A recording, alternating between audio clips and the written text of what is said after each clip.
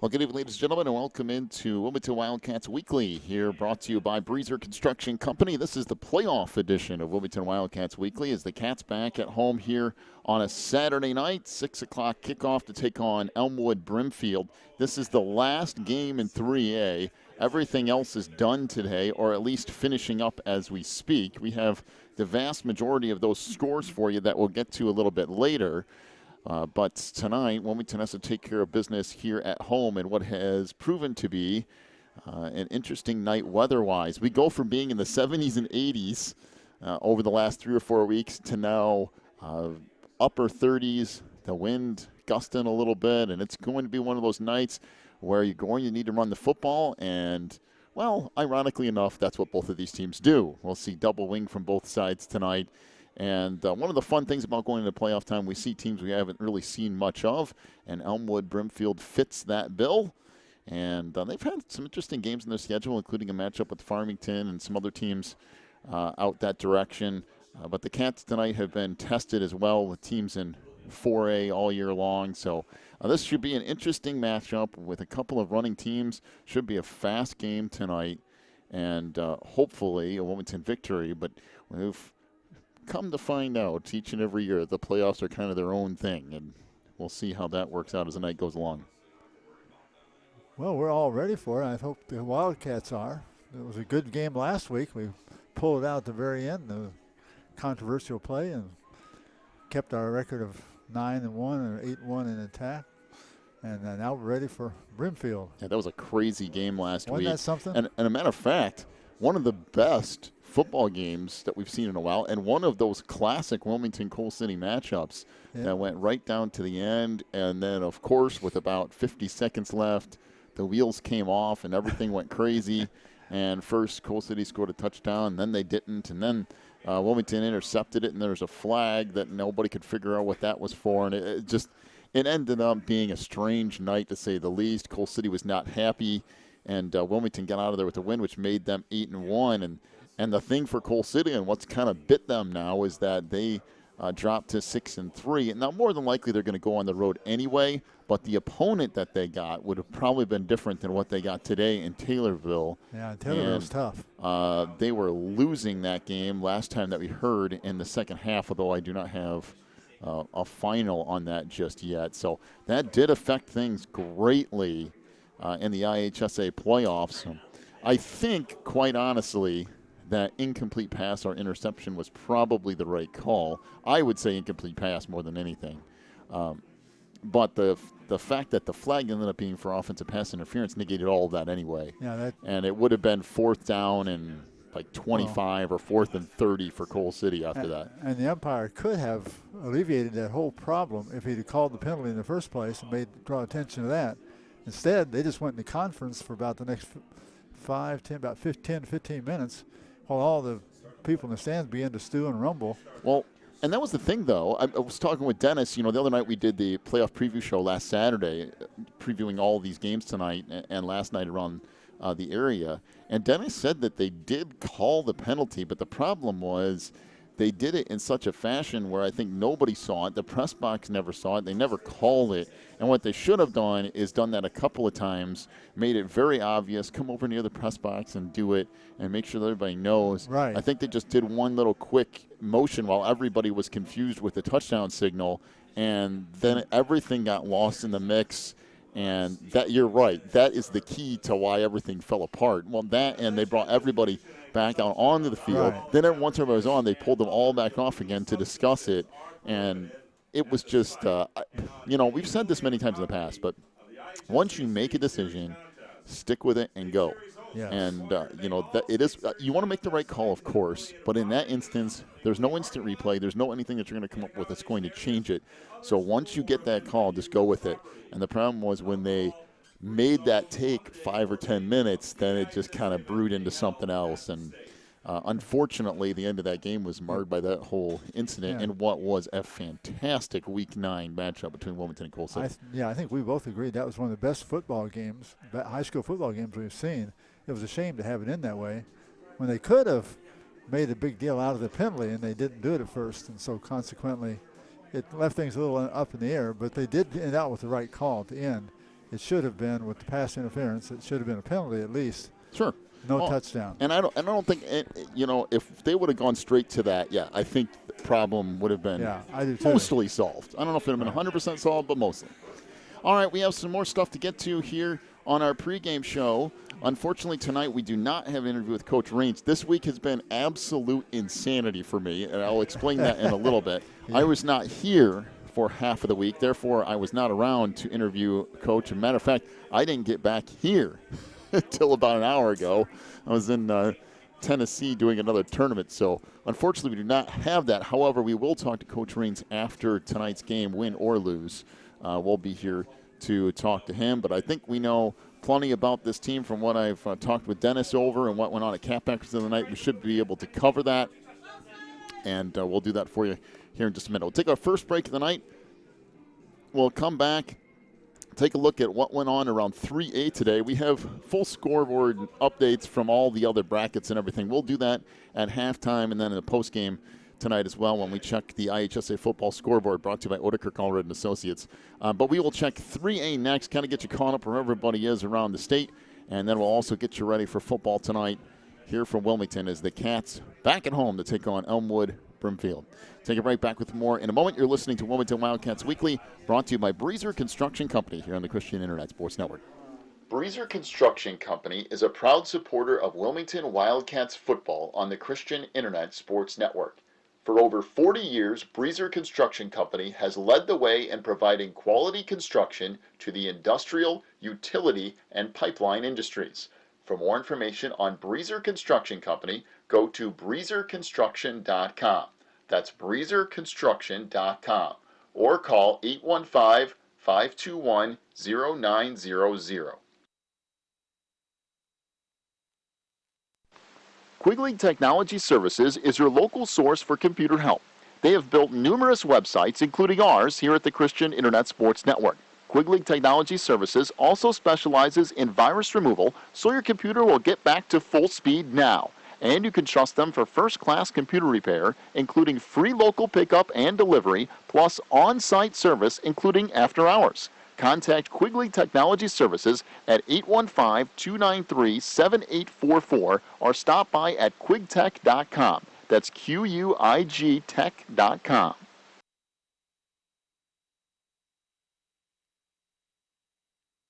When you need the very best representation on your side, the attorneys and staff at Odekirk Allred and Associates are here to help with extensive professional experience in cases involving criminal defense, divorce, custody, personal injury, residential real estate, and driver's license reinstatement.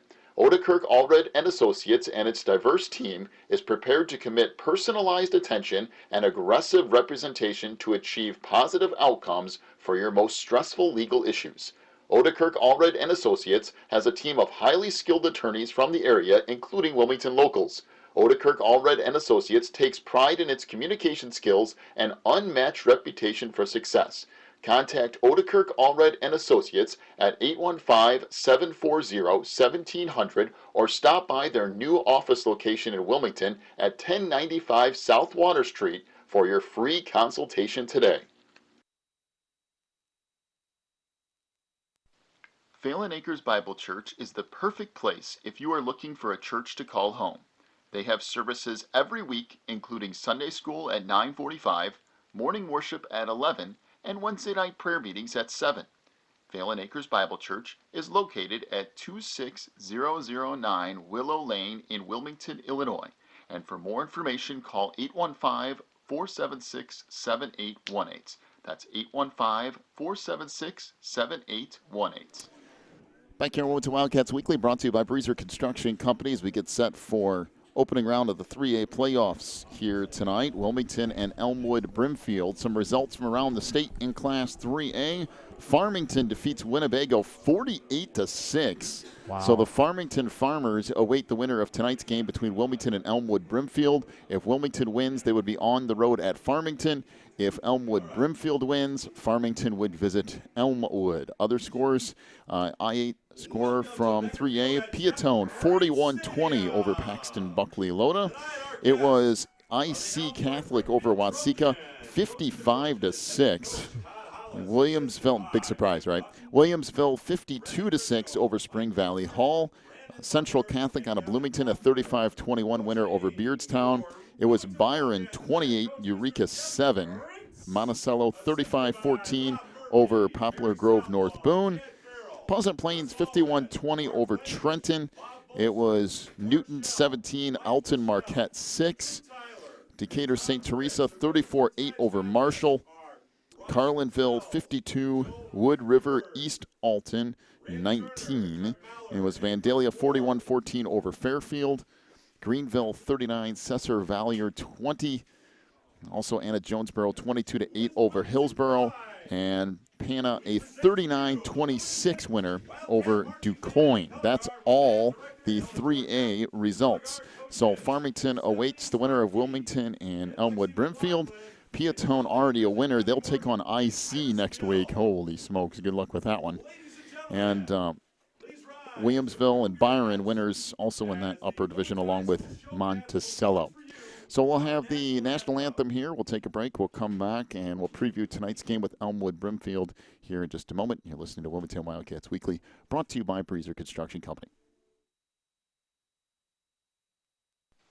If you're looking for more information on Wilmington Wildcats football, then check out the Catbackers every Wednesday at 7 at Tuffy's. Each week, Coach Reentz goes over game film, takes questions from the audience, and presents the Offensive and Defensive Player of the Week awards. Plus, you'll get to hang out with other Wildcat fans and get the inside scoop on next week's game. So be sure to check out the Catbackers every Wednesday at 7 at Tuffy's. If you need something done around your house, chances are Beth's Busy Bees can get it done. They specialize in residential and commercial cleaning, but they can also do lawn care, small home remodeling and repair jobs, and even things like caregiving. Beth's Busy Bees is a small family-owned business, and they will treat you right every time. Call 815-685-9111 for Beth's Busy Bees today.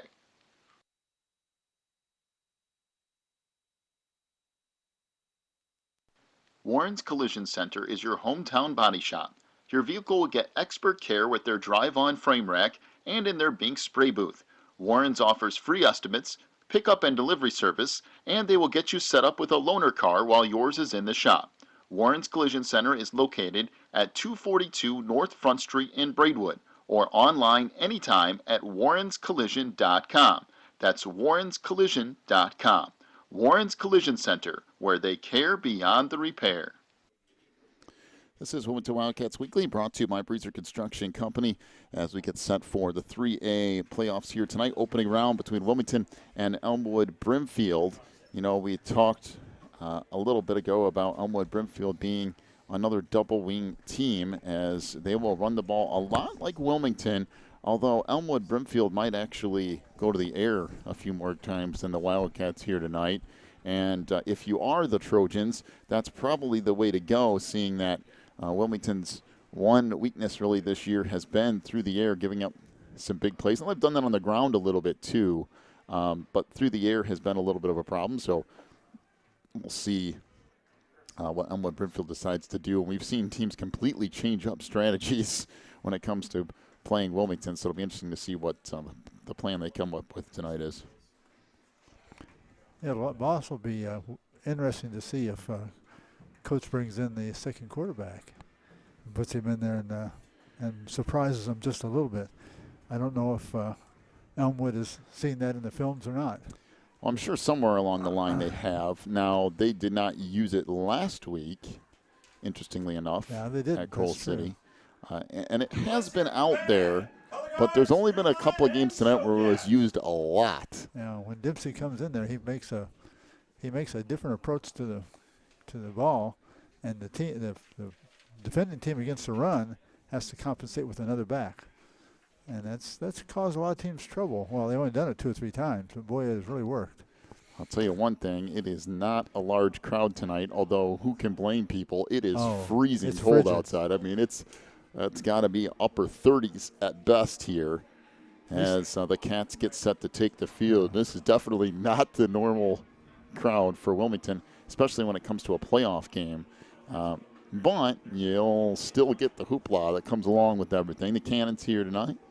There's fireworks about set to go off on the far side as well, and the Cats will be prepared to take the field here in just a moment. That's one of those things that through the years has become an interesting tradition. Well, our scorekeeper just came in. She usually watches over us pretty good. We're waiting for the Wildcats to appear coming out of the woods. We got a couple minutes yet before they'll come this way, probably. And it's when I say it's a sports crowd, I'm not kidding. This is probably one of the smallest. That's the smallest crowd we've had this year. And it is cold. I will tell you, speaking of my crazy day anyway, I was in Tennessee this morning at midnight, went to bed, got up at 2, drove 3 hours to Atlanta, hopped on a flight, came to O'Hare, got in the car at O'Hare, drove to Champaign to watch the Illinois game against Wisconsin, drove back here an hour before the start of this game. So if my brain is kind of on pause here tonight, you'll have to forgive me. But it's been one of those days. Let's put it that way. We do have to acknowledge that you didn't really have to go to Champaign. No, I didn't have to. And it was snowing and ridiculous down there, by the way. The wind was blowing pretty fierce at times. So it's a little better. The wind is blowing tonight out of the east or west a little bit, but not like it was earlier. Let's go Wildcats! So motorcycles will roll into the end zone. I think there's only 3 of them. A little cool for the motorcycle ride tonight. Last time here it was like 18 to 20, 16 to 20. So they'll roll out at least a few of them here tonight. I mean, it's so cold that I can't imagine there's 3 people out here on motorcycles tonight. I can't either. It had to be a cold ride to get over here. I'll tell you that. So the Cats will get set to come down through the woods, and we'll get set for football here tonight from Wilmington. And there's still a decent amount of people out there for that run through in the middle of the field. About a half of what was there last time, but still a good amount. That was a huge group last week. Well, there were about 20 or so out there last week. Here goes the bell tolling. So we're getting close. Here they come. The bell will toll, and the Cats come down through the woods. And we'll run throughout its center field, I guess we're going to call that, or midfield, if you will. And fireworks will go off in the distance. The cannon goes off in the end zone as well. And we get set for football tonight here from Wilmington as the Cats make their entrance. And one of the better, more impressive entrances tonight. It's kind of toned down a notch because it's toned down. It's so cold, but it's still there. Oh, I think we're ready to play. Both the teams have been out here in the field. Elmwood came out and was waiting patiently over on the other side in their huddle. And that's I talked about that with Coach Reentz the other week too. I said, the reactions. Does it ever make you kind of interested to see how other teams react to what you do? I said, we had one team this year that stood over there with their backs facing the field. We had a team a couple of years ago that stood out at midfield and started screaming at everybody when they came through, and they promptly got beat by about 50. To me, it's, If I was the coach of the opposing team, I'd get my huddle over there and right. And Coach Reed said, you do one of two things. Either you run on when everybody else is there, or you just go out there and watch it and just let it go and let it ride. Because the thing of it is, when you start thinking that way, you're already psyching yourself out. The game hasn't even started yet. You're trying to play mind games, and I wouldn't worry about it. If you're accepting that forbidding position by the opposite team, you're in trouble. Well, here we go. Looks like the Cats will get set to kick off. Elmwood will receive. We're ready to roll here. All right. So the Cats in all purple tonight. Purple pants, purple jerseys, purple helmets with those white letters and numbers. Elmwood Brimfield in their white jerseys with black helmets, black pants, and orange trim around the outside of that. As gets set to kick this one off. Trey Shaw has it teed up at the 40. Going to kick off left to right here tonight as we're inside the home side press box. Nehemiah Butler back deep for Elmwood Brimfield. And Butler will take that kick at the 13, across the 20, and out over the 30 to about the 32-yard line. Elmwood Brimfield will start there, 1st and 10. Just underway here tonight. You'll see a relatively similar look to Wilmington tonight from Elmwood Brimfield. They'll run a lot of double wing action of their own. They're not going to be afraid to put the ball in the air a few times, though. Jimmy Houlihan, 5'9", 180-pound senior up under center here for the Trojans out of that double wing. And the handoff comes left side and a gain of 2, maybe 3 yards. We'll bring up a 2nd and 7 for the Trojans.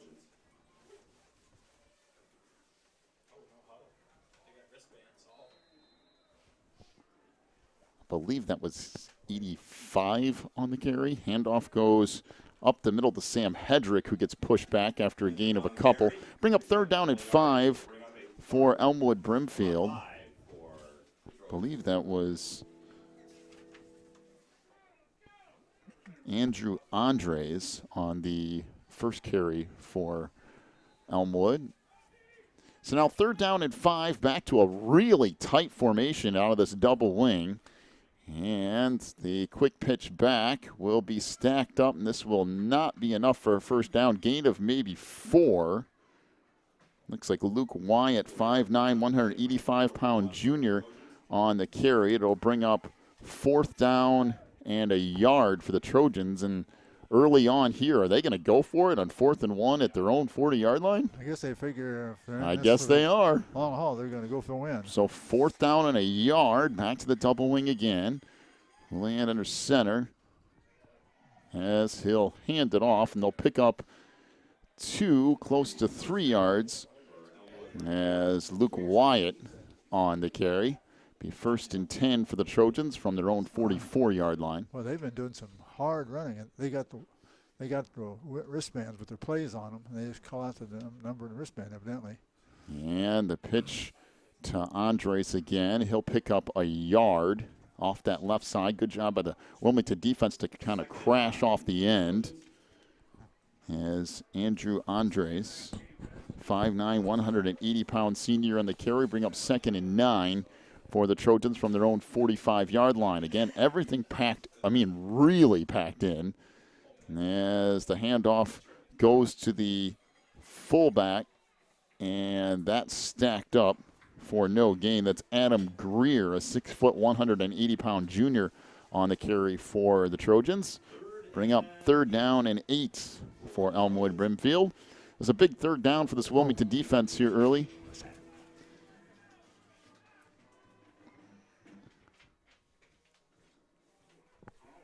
As pitch goes right side. This is going to be nowhere near the 1st down. A decent gain, though. Pick up maybe 5. Bring up 4th down and 3. That was Sam Hedrick on the carry. Now bring up 4th down and 4. Elmwood Brimfield will have it at the Wilmington 49-yard line.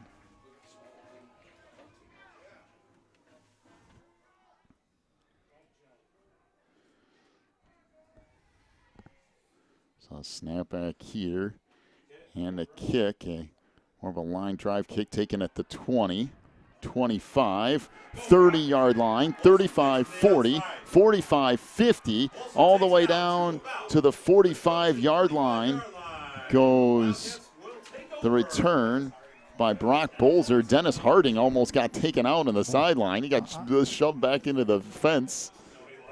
I think he's okay, though. And Bolzer almost took his legs off from underneath him. I thought he was going to get hurt there for a second. He came right into just below his knees. A gain of 36 yards on the return for Brock Bolzer. 1st and 10 for Wilmington from the 44 of the Trojans. To the double wing here for the Cats. Again,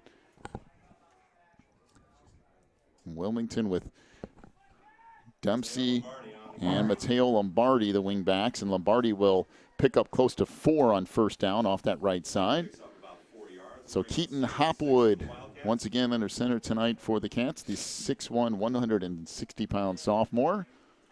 Well, I just think he's got 3 more years, well, 2 more years after this one. But Well, and Dempsey will be here next year. He's just a junior. oh, he is. That's wow. Lombardi on that wingback position, and Josh Jones at fullback here tonight. Jones, 6 foot, 220 pounds. Pitch back to Dempsey. He'll shove ahead for a gain of a couple. It'll bring up 3rd down and 4 for Wilmington off of that gain. Both teams going right straight at each other. Yeah, there won't be, you talk about throwing the ball and stuff tonight, you're not going to get a lot of that, I don't think. They have so far nobody's had anybody split out wide. They've brought in the ends tight, those tight ends, and shoved it right straight ahead. 3rd down and 4 here for Wilmington. As in motion is Dempsey, dropping back as Hopwood, looks left side, fires deep down the sideline, and the receiver is tripped up, and it was intended for Anders Almberg as he was tripped up down around the 15-yard line. That will be pass interference, and that will be good enough for a Wilmington 1st down after that 15-yard penalty. Not real sure if that was actually pass interference or if they just got tangled up in each other, but no matter what, it kept him from catching the ball. So I was saying the problem was the ball was catchable, and I think he might have gotten it. And if he had, that'd been close to a good gain or a touchdown. So it'll be marked off from just inside the 39-yard line, so it should be down around the 24 of Elmwood Brimfield.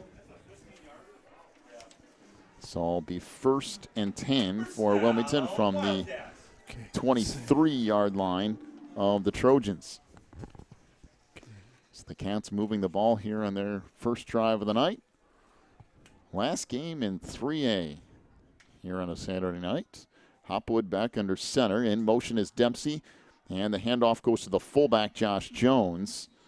And he'll pick up a yard, close to 2. Picks up about 2 yards to bring up a 2nd and 8 for the Wildcats. Not a whole lot there for Josh up the middle. Well, that Elmwood defense up the middle is pretty tough. Well, if you're Wilmington tonight, throwing every now and again isn't a bad idea. Try to keep the Trojans guessing. Because the Trojans are really pulling everybody tight. They got 2 guys back fairly deep. 2nd down and 8. Hopwood drops back to pass again. Fires deep down the sideline for Almberg, and it's incomplete. Overshot him. Not a bad pass, though. He missed where he would need to miss, which is on the outside. He did have Anders Almberg if he would have thrown it a little bit earlier, I think. Yeah, and you're right. He waited a little bit too long. Wilmington has a player down. Oh, boy. And the Cats do not have a ton of depth, so at least not on the line anyway. So cannot see who it is. Laying right there at the 25-yard line. Coach is right out there with him. It's, boy, you don't. Well, let's go ahead and take a break. We'll come back, see if we can figure out who that is. It'll be 3rd down and 8 for Wilmington from the 23 of Elmwood Brimfield when we come back.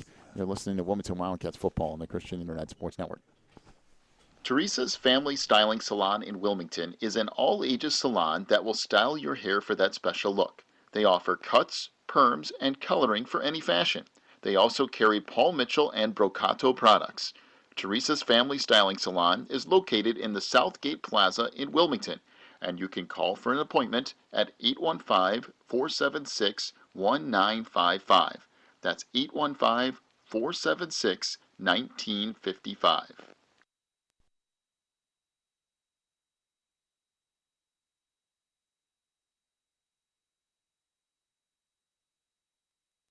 Racchetti's Cafe and Pizzeria in Coal City is all about relaxing with family and friends while sharing an authentic Italian festival of food.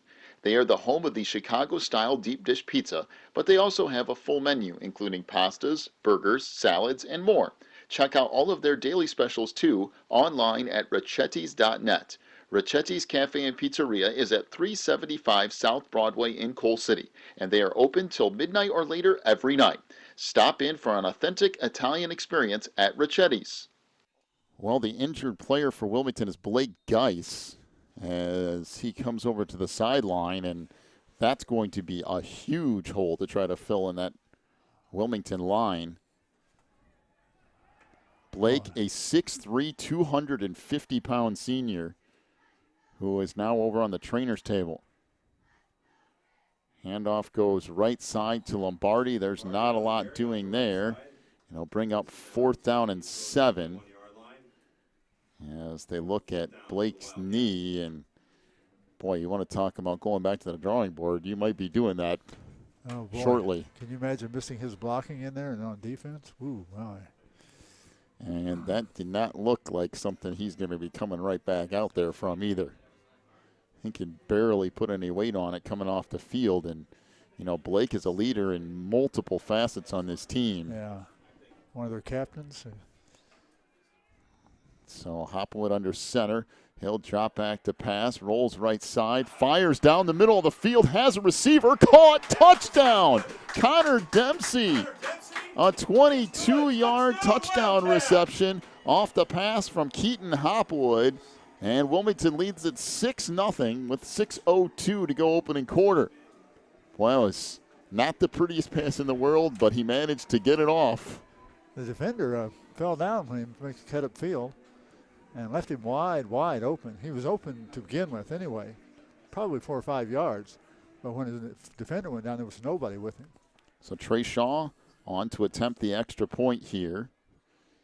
As of late, the last couple of weeks, this unit has been pretty good. Josh Jones with the snap, the hold by Golson, and the kick by Trey Shaw is good. And Wilmington leads at 7-0 with 6:02 to go in the opening quarter. Take a break. Come back with more Cats football in just a moment on the Christian Internet Sports Network. Pro Real Estate is a family-owned business established in 1983.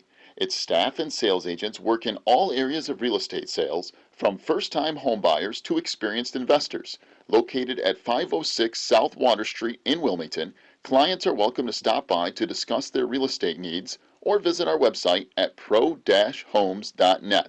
For a private consultation, contact us at 815-476-7916. Breezer Construction Company is a proud supporter of Wilmington Wildcats football on the Christian Internet Sports Network. For over 40 years, Breezer Construction Company has led the way in providing quality construction to the industrial, utility, and pipeline industries. For more information on Breezer Construction Company, go to breezerconstruction.com. That's breezerconstruction.com. Or call 815-521-0900. 7-0 lead for Wilmington, 6:02 to go opening quarter. As Trey Shaw will get set to kick off from the 40 left to right here. Blake Geis over here in the sideline at the trainer's table went out with an injury. He's taking off his helmet. Now he's taking his shoulder pads loose, I think. Working on taking off his pads, and he's evidently done for the night. Not a good sign. So kick taken down on the far side. There is a flag down as the kick return out near the 44-yard line.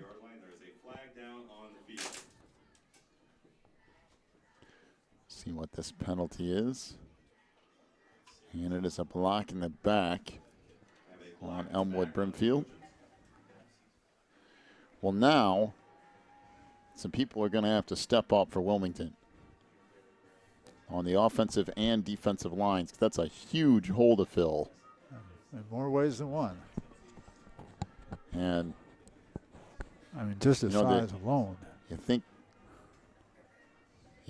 just sheer size, and then his ability too. So, that's and you can see the concern from Barry Southall. He's over here talking to Blake as well, and I believe that might be his mother out there with him. So, 1st and 10 for Elmwood Brimfield, inside the 20. In fact, down pretty close to the 15. We'll call it the 16-yard line First handoff gets about 2 yards. They'll bring up 2nd and 8 for the Trojans.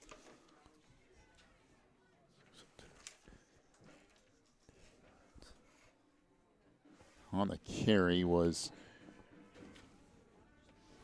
Adam Greer, a 6', 180-pound junior. Off the near side it comes. This stacked up across the 20 to the 21-yard line. Off the run off the left side, that is Andrew Andres again with the carry. He'll pick up about 4 more for Elmwood Brimfield. And now back, everything packed into the double wing. Up under center is Houlihan. Pitch goes to the far side to Hedrick, trying to get the corner. He will not. Boy, that's real good pursuit. That was nice. On the far side for the Cats. I believe that was Van Dyne over there making the stop for the Cats. Bring up 4th down and 4. Nice job by the Wilmington defense, stepping up and getting a stop. Was that, wasn't Luke doing that, was it? Right. Okay. So the kick here is another line drive. Takes a bounce and will skip out of bounds right around midfield, about the 49 line of Wilmington. 4:18 to go opening quarter. The Cats lead at 7-0 over Elmwood Brimfield. And for just joining us, the big news of the night is that Blake Geis has gone out with an apparent injury to his right leg. He's still over on the trainer's table, and Wilmington trying to shuffle some people around to do what they can without him in the lineup. So 1st and 10, Wilmington from their own 49. Again, back to the double wing here. Lombardi and Dempsey. Pitch to Lombardi near side, cuts it back across the 50, down to the 47-yard line. They'll pick up close to 4, bring up 2nd and 6 for Wilmington.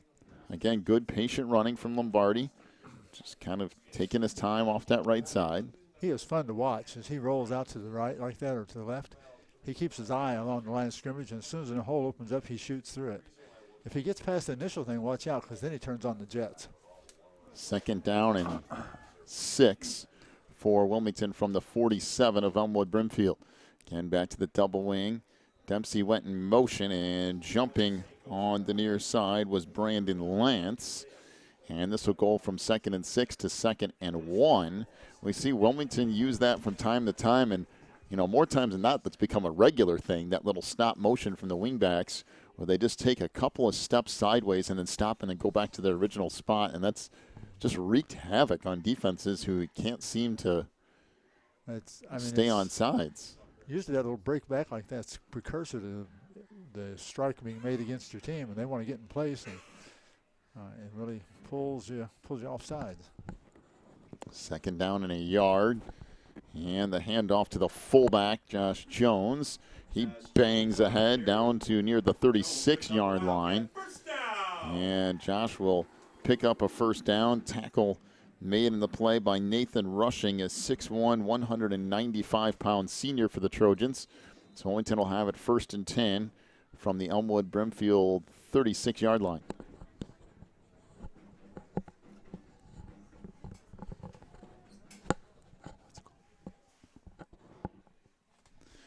So again, Hopwood back under center, handoff to the fullback again, and that's not really going to go anywhere. Maybe a yard, close to 2, as Josh Jones trying to shoot straight up the gap, and will bring up 2nd down and 9 from the 35 of the Trojans. Not a lot of running room in there, but Wilmington's been able to pull enough to make business matter. 2:30 to go opening quarter. Wilmington leads at 7-0. The Cats have it 2nd down and 9 from the 35 of the Trojans. Hopwood under center, in motion Dempsey. Keaton drops back to pass, setting up a screen, hits Jones. Josh inside the 30, 25-20, and he's going to cruise into the end zone. Josh Jones for a touchdown, Wilmington. 34-yard touchdown pass. Keaton Hopwood to Josh Jones, and boy, did he have that beautifully set up. Once a couple of blockers got out there in front, Jones just cruised into the end zone. I like the touch he put on the ball, too. He just kind of lofted it over the advancing defensive line, dropped it right down in his hands, and Josh was off. When was the last time that Wilmington has had 2 touchdown passes in a game? I know it's been a long time. It's been a while.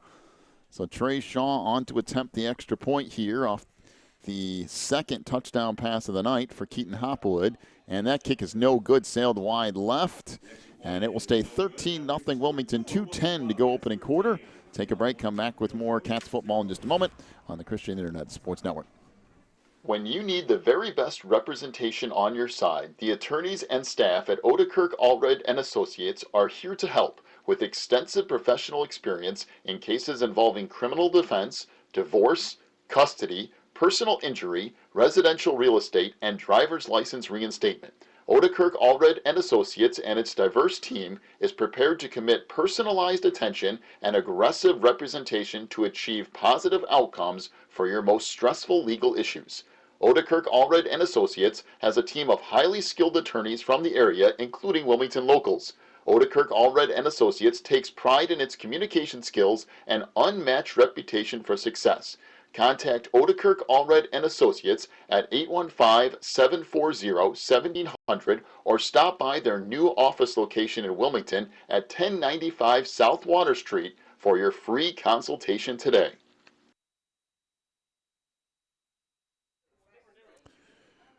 13-0 the lead for Wilmington. 2:10 to go opening quarter as Trey Shaw with it teed up at the 40. Getting set to kick off left to right here. Once again, back deep for Elmwood Brimfield is Nehemiah Butler.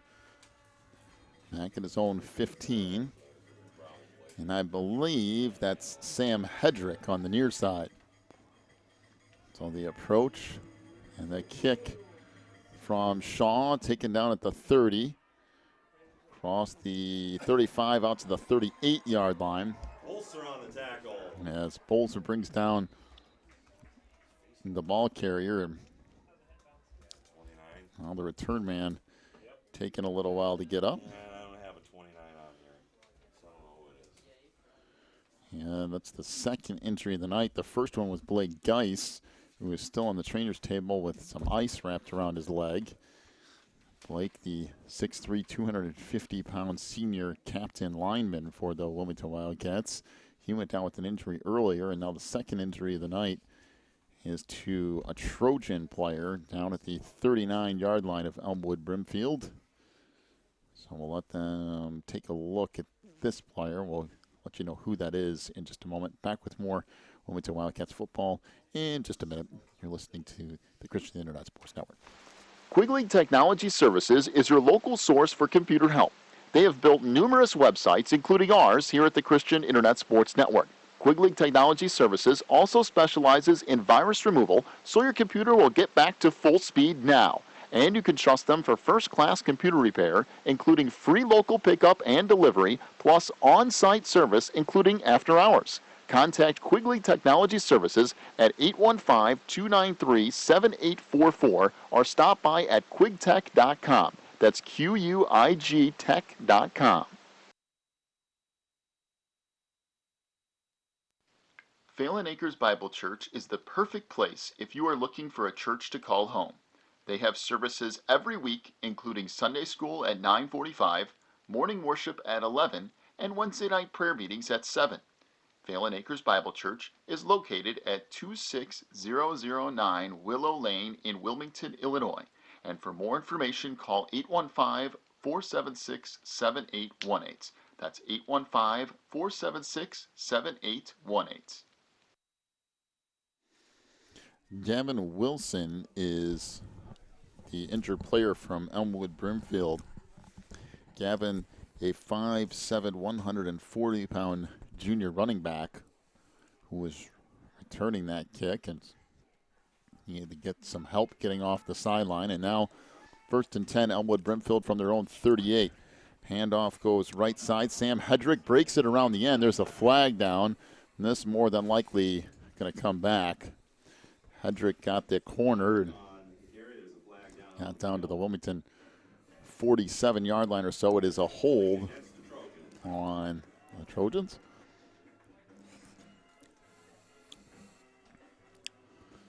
So that will back up Elmwood Brimfield, but from the 43. This will effectively be about a 5-yard penalty, maybe 6 by the time they spot it. And they will replay first down, be first down and about 16 for the Trojans.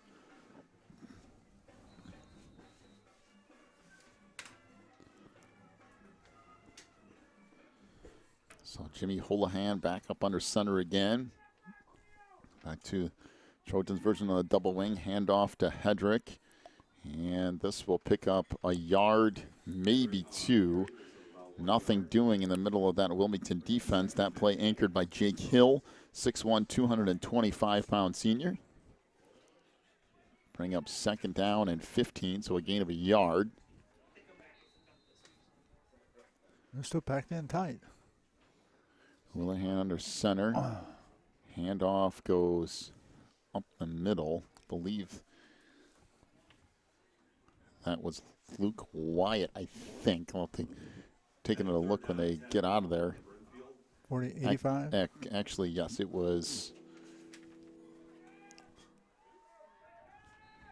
It was Andrew Andres, yes. It's very difficult to tell because everyone is within about a 6-yard box. They're just so tightly packed in. Houlihan jots back the pass, fires down the sideline. That is caught. A really nice catch at the Wilmington 48-yard line. Good coverage out there by Dempsey, too.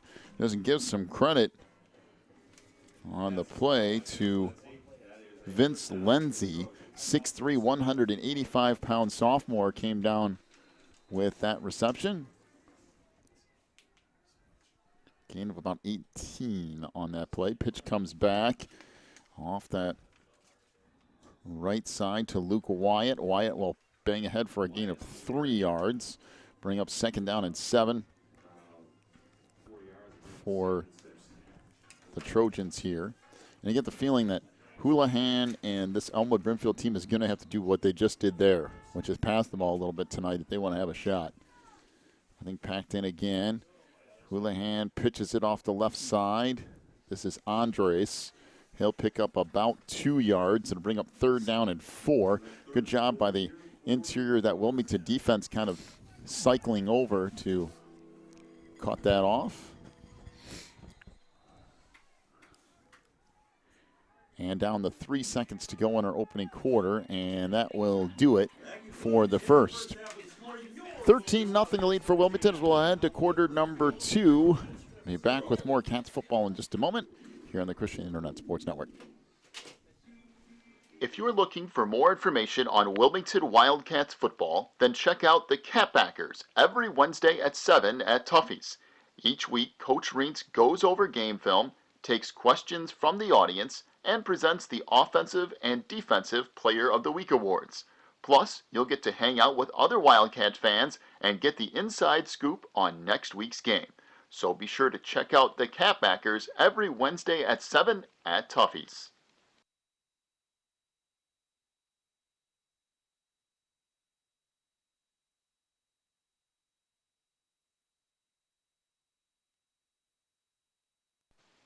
If you need something done around your house, chances are Beth's Busy Bees can get it done. They specialize in residential and commercial cleaning, but they can also do lawn care, small home remodeling and repair jobs, and even things like caregiving. Beth's Busy Bees is a small family-owned business, and they will treat you right every time. Call 815-685-9111 for Beth's Busy Bees today. Well, on 3rd and 4, they tried to go off the left side, and that was blown up immediately by that Wilmington defense. And Wyatt on the carry. He'll get no gain. It'll bring up 4th down and 4. And I guess if you're Elmwood Brimfield, you're kind of almost in no man's land here. You're getting close to it anyway.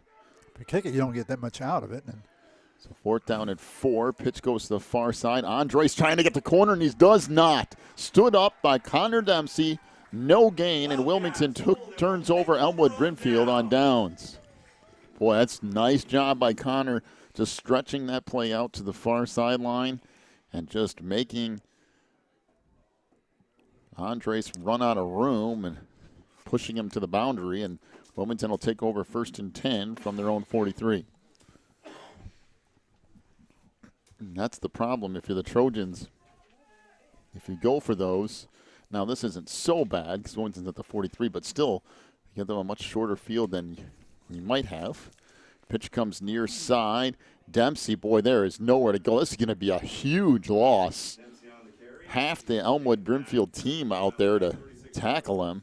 Hedrick ends up in the bottom of that whole thing, but a loss of a good 7 yards on that play to bring up 2nd and 17.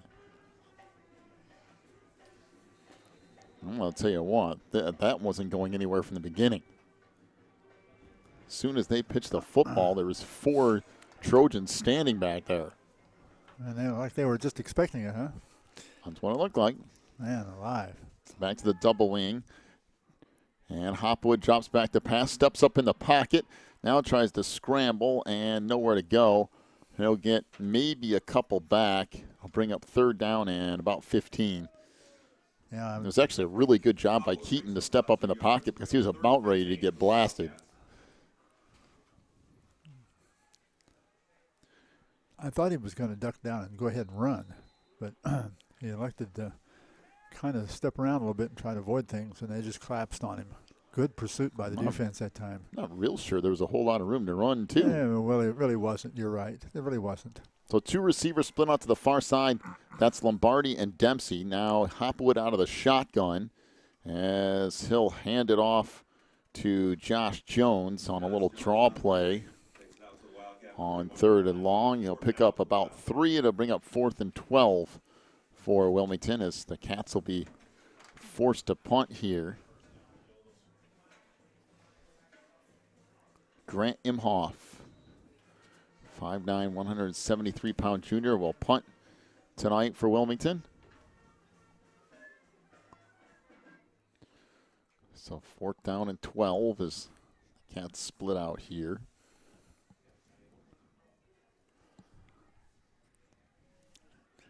Who almost went over the head of Imhoff, but he did a nice job coming down with it.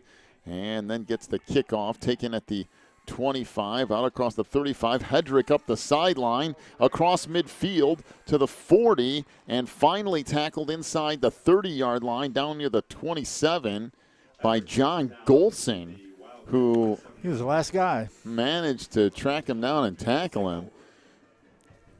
It was a good punt by Imhoff, but a better return by Hedrick. 1st and 10 for Elmwood Brimfield from the Wilmington 33-yard line. Wilmington's had trouble from time to time with covering their kicks. There was another instance of that right there. Now let's see what this Wildcats defense does on a short field. By the way, Blake Geis is up, but he is on crutches on the near sideline. Hand off to Hedrick. That goes nowhere. Good job by Josh Jones to sniff that out in a hurry. Josh just kind of shot through there. Loss of a yard will bring up 2nd down and 11 for the Trojans. Who was running then? It was Hedrick again, trying to work that left side. So everything smashed in again on this double wing look. Hand off to the fullback and a decent gain. Right up the middle by Andrew Greer. He's going to be close to a 1st down, picks up about 9. He went right through like a hot knife through butter. Bring up 3rd and short here for Elmwood Brimfield. 3rd and a yard. Pitch off the right side. This is going to be enough for the 1st down, but that's about it. As off that left side comes Josh Jones to make the tackle as Wyatt picks up a couple more yards for Elmwood Brimfield. And a 1st down for the Trojans is, Wilmington giving Elmwood Brimfield a short field and not helping their defense out at all. No, they're not. Houlihan back up under center, pitches it to Hedrick now trying to go off the left side. That's not going to work. Well, there's a bunch of flags. It's probably a face mask on that tackle. That's too bad because he is surrounded by 3 Wildcats. They were reaching and grabbing for something. They might have got a face mask, it looked like. That play worked one time tonight, and it's not gone anywhere ever since.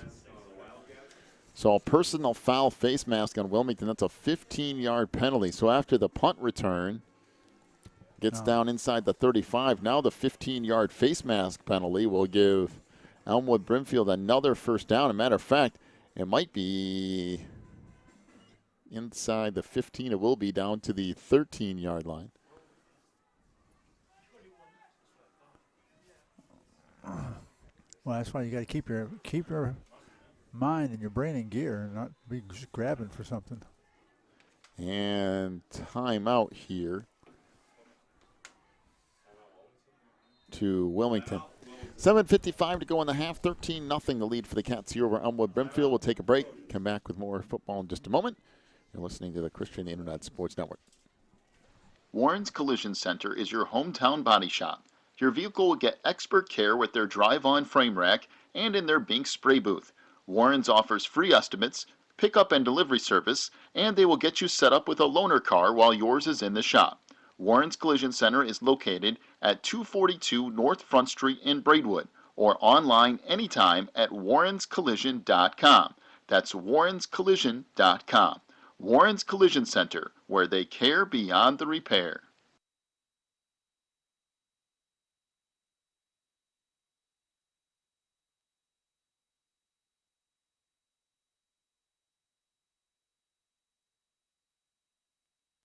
Teresa's Family Styling Salon in Wilmington is an all-ages salon that will style your hair for that special look. They offer cuts, perms, and coloring for any fashion.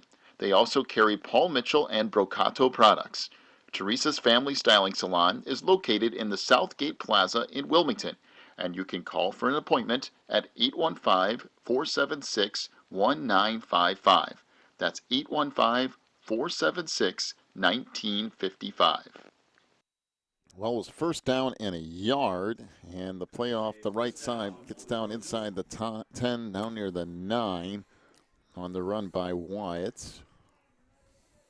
Be first and goal from the Wilmington 9-yard line.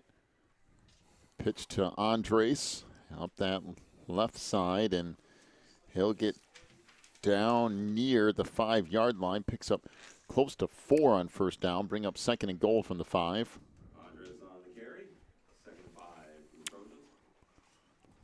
Well, that's the thing for Elmwood Brimfield. Everything's packed in so tight, and it happens lightning quick. I haven't find quickly. They've done a lot of rolling out, too, now, this drive. Here's another one. Pitch comes off the right side. This is going to get down close to the goal line, but not in, off the run by Wyatt. And it'll bring up third down and a yard for the Trojans. And this right here is where you miss Blake Geis. Yeah. Yeah, you missed the big guy in here.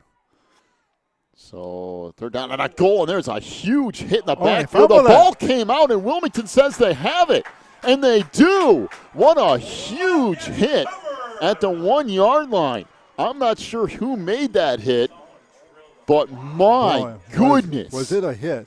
That absolutely decleated Adam Greer, and I think they're saying Flynn made the hit, and wow, that is a huge play for the Wildcats. And I mean, he came through and just laid him out at the 1-yard line, and the ball came flying out.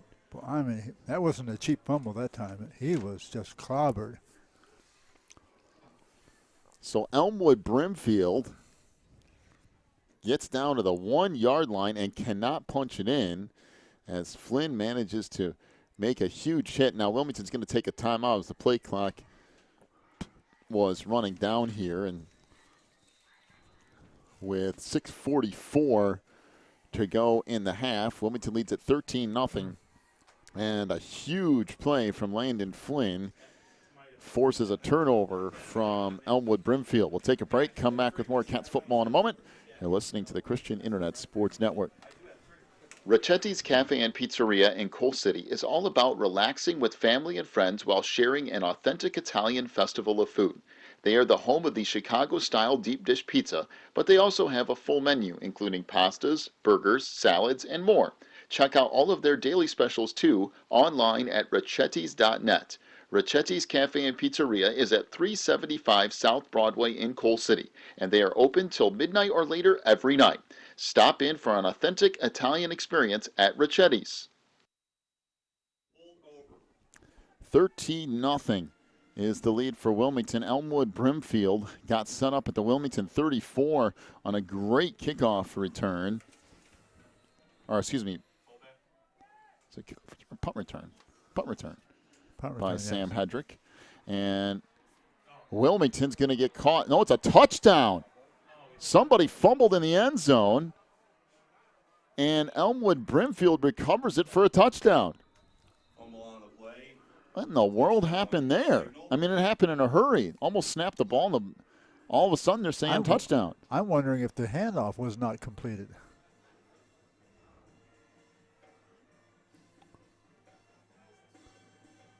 And it is a dead ball, unsportsmanlike conduct on Elmwood Brimfield. Well, now you can erase the turnover because Wilmington has a turnover of their own.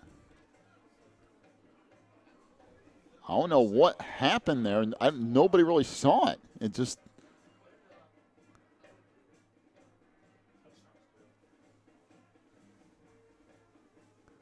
And Coach Reen's asking for an explanation here of what the penalty actually was.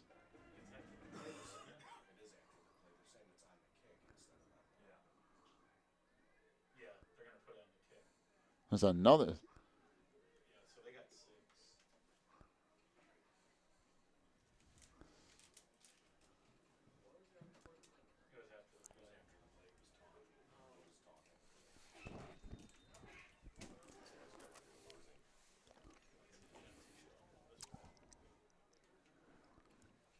Well, that was interesting, to say the least. I think the handoff must not have been completed because it happened so quick. All right, so Elmwood Brimfield going to go for two here. 13-6, the Wilmington lead. Houlihan drops back, fires into the end zone, and that is in. Nope, they're going to say he caught it. Well, it certainly didn't look like he came down anywhere near in bounds, but they're going to say he did catch it. And it'll be a 13-8 lead for Wilmington here with 6:39 to go in the half. Take a break, come back with more Cats football in just a moment here on the Christian Internet Sports Network. Pro Real Estate is a family-owned business established in 1983. Its staff and sales agents work in all areas of real estate sales, from first-time homebuyers to experienced investors. Located at 506 South Water Street in Wilmington, clients are welcome to stop by to discuss their real estate needs or visit our website at pro-homes.net. For a private consultation, contact us at 815-476-7916.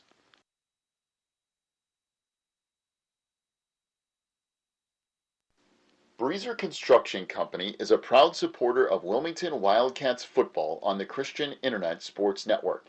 For over 40 years, Breezer Construction Company has led the way in providing quality construction to the industrial, utility, and pipeline industries.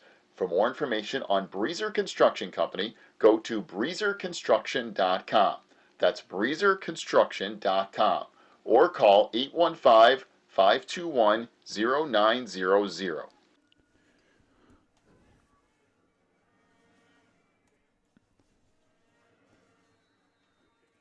13-8 now the lead for Wilmington over Elmwood Brimfield. This kick will roll out of bounds.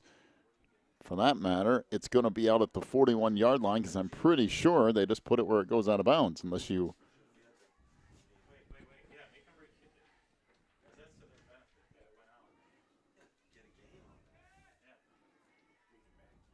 So they're going to make them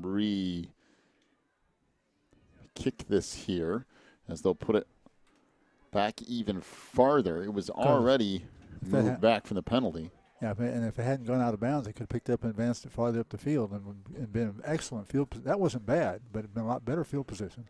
Well, they were kicking off from, was it the 25-yard line to begin with, and now with the penalty, it's back to the 20. I mean, that's a big penalty that unsportsmanlike conduct. So that puts the Trojans in a little bit of a hole right off the bat, even though they scored the touchdown. Well, it was a needless penalty. And this kick, that's going to go out of bounds again. So a line drive kick out of bounds. Pretty soon they're going to be kicking off from their own end zone. Well, that's up 5 yards from the last one. It's 40. That's 48 yards. Well, move it back to the 15. Well, pretty soon you're going to run out of room. What do you do then? I guess it just keeps going half the distance until you. I guess that's right. You go half the distance every time. Well, now it's all the way back to the 15-yard line. That's 25-20, now 15. Pretty soon, Wilmington's going to be returning the kick from the 50. In fact, they might do that here. So Hedrick will get set to kick off. He's now kicked 2 in a row out of bounds. I guess he's going to bounce this one. And this one comes right up the middle, picked up at the 46, down inside the 45 to the 43-yard line. Oh, that's another 6-7 yards. As Andrew Gramlich picked it up. Wilmington with unbelievable field position off a kickoff at the Elmwood Brimfield 43. Well, this Wilmington offense is going to have to get it together a little bit here. You know, they've had a couple of setbacks tonight, but you have to overcome all of that stuff. Yeah, this is what you got to do. This is what the season's about. You got to overcome your setbacks and take it on in there. There's obstacles and stuff all year long, and other teams go through it too, so you have to be able to overcome some stuff, and we'll see what the Cats do here. Hopwood back under center. As the handoff goes up the middle to Josh Jones, the fullback. He'll get a yard, maybe 2. That hasn't worked very well all night. Yeah, it worked once or twice early, but he's gotten 3 yards. bring up second down. He got that twice. And call it a long 9 here. Dempsey, the wing back to the far side. Lombardi back to the near, and Josh Jones at fullback. Up under center is Hopwood. Keaton hands it off underneath to Lombardi inside the 35. And he'll be close to a first down. Bring up a 3rd and short for the Wildcats. And another player getting up injured for Wilmington, and that's another offensive lineman. Oh, my. And it is 54 who's not even in the roster for the playoffs. So it'll be 3rd down and a yard. Might be one of the fresh soft guys. After a gain of 8, Hopwood will keep it here, shoving the whole pile ahead inside the 30 to the 29-yard line. A gain of 4 yards for Keaton Hopwood. Well, it's been a quiet crowd. This has been a tough evening so far. Well, Wilmington has lost Blake Geis, their biggest offensive lineman. Now they have a sophomore lineman playing in there, and he's limping around. And not a whole lot more offensive linemen to go to. No. Hopwood under center. And we'll pitch it back to Dempsey inside the 30. Connor Dempsey to the 25, and that's going to be about it. Pick up a good 4 yards on first down, close to 5. That's only the third carry for Connor tonight, and one time he lost 6 yards. Bring up second down and 6. In fact, for the night, he's even 0. Ball at the Elmwood Brimfield 25-yard line. Hopwood back under center. Lombardi and Dempsey at wingbacks. Handoff underneath to Lombardi, and that was very well read by that Trojan defense. Not a whole lot there. Tackle made by Chase Gore, a 6 foot, 185-pound junior. Bring up 3rd and 4 here for Wilmington. Well, we've had no big breakouts today. Nope, everything's been packed in pretty tight. Down to 3:50 to go. It's kind of like these two teams are used to playing this way. Yeah, it's just kind of mirror images of each other almost. Pitch back. This is Dempsey. That's not going to go anywhere. There's just nowhere to go. I mean, that whole left side of the line caved in. And I'll bring up 4th down and maybe 3. And give Connor credit for a yard, maybe. That's being generous. That's being generous. Yeah. More like 4th and 4 here. And they, in spite of that, they keep trying to run right up the middle, and they have not tried either side at all. Except once or twice. We got one around the end by Lombardi one time, I think. So 4th down and 4. As a double handoff back to Lombardi. That's not going to get there. Got about 3 yards. Got down near the 20, and that's it. So Wilmington will turn the ball over on downs. And Elmwood Brimfield will take over. Well, it's not what you were looking for from the offense.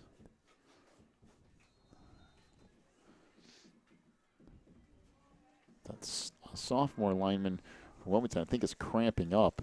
Looks like that's what they're working on the near side. And I said, how do you cramp during the cold weather? It is very well possible to do that. A lot of times you don't drink as much when it's cold out. The handoff comes right side, a pickup of about 3 yards on 1st down by Hedrick. Make it 4 yards. Bring up and well, you 6 here. You can tell the difference without the big guy in there, can't you?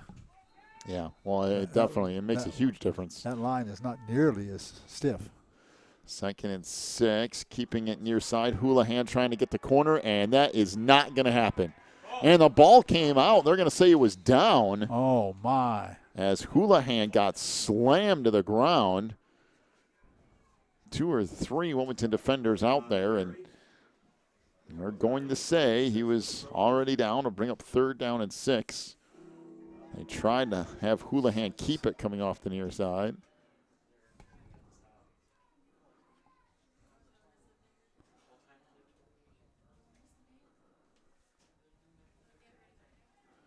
So both teams down to 2 timeouts left. Elmwood Brimfield taking their time here just in case they don't pick up a 1st down.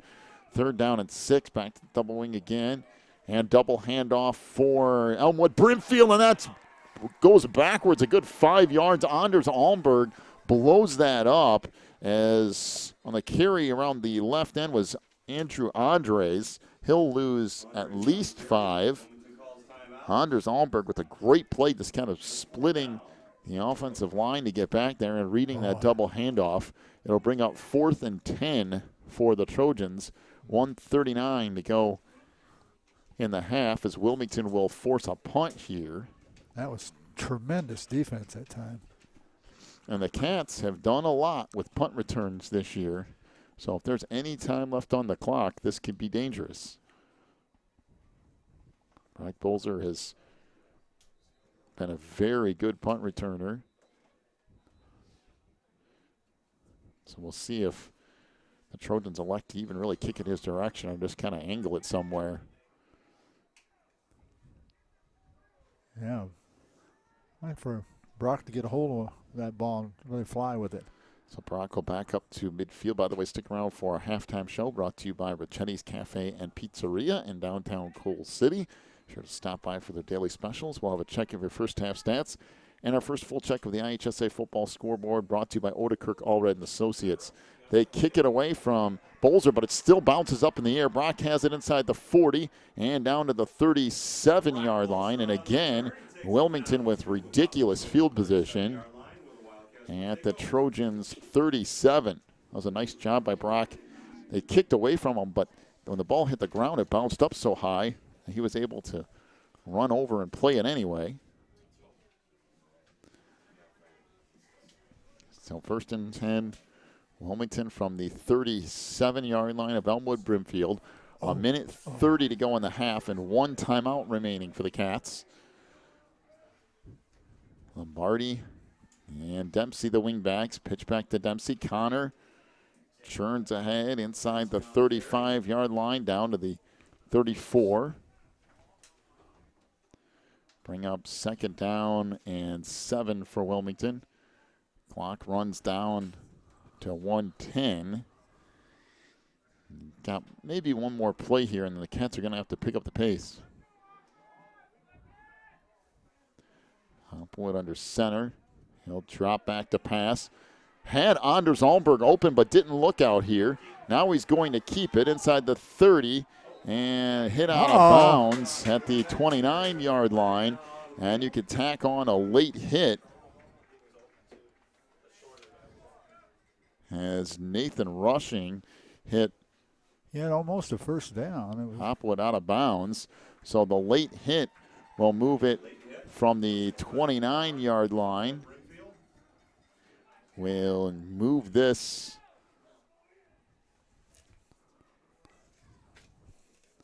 if they mark it from here, should be down to the 14-yard line.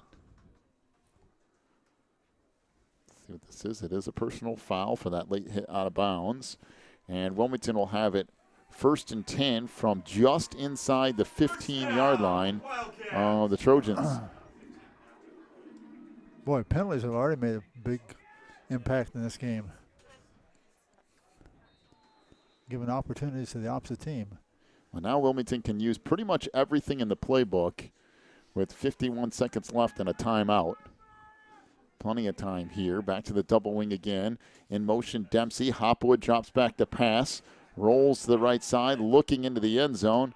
Going to keep it himself and just get out of bounds. And that was almost another late hit on the far side, but no flag. So Hopwood picks up 3 yards or so on first down, bring up 2nd and 7. And good job by Keaton. Nothing there, just either throw it away or get out of bounds, and that's what he does after picking up a few yards. 41 seconds left on the clock here in the first half. Wilmington has it 2nd and 7 from now the 12-yard line of Elmwood Brimfield. Hopwood back under center out of the double wing again. Pitch goes to Lombardi off the right side. That's not going to go anywhere. Good pursuit from that Elmwood defense. Yeah, they had that covered. They knew exactly what was coming. Hedrick out there to bring up 3rd down and 7. Down to 35 seconds to go. Once again, be sure to stick around for a halftime show brought to you by Ricchetti's Cafe and Pizzeria. Be sure to stop by for their daily specials. We'll have your first half totals and our first check of the IHSA football scoreboard brought to you by Odekirk Allred and Associates. Get you set for the second half, too. All that coming up on our halftime show. Hopwood out of the shotgun, drops back, fires left side. Oh, right through the hands of Lombardi. Boy, it was a beautiful pass. Hit him right where he needed to, but Mateo could not come up with it. And Wilmington looks like they'll elect to try a field goal here. This has been a mixed bag tonight. The first extra point attempt looked really good. The second one was shanked off to the left. And they're going to try to get points out of this, but we'll see here. It's tough kicking when it's cold out for sure. So this will be put down at the 19-yard line. So a 29-yard field goal attempt here for Trey Shaw.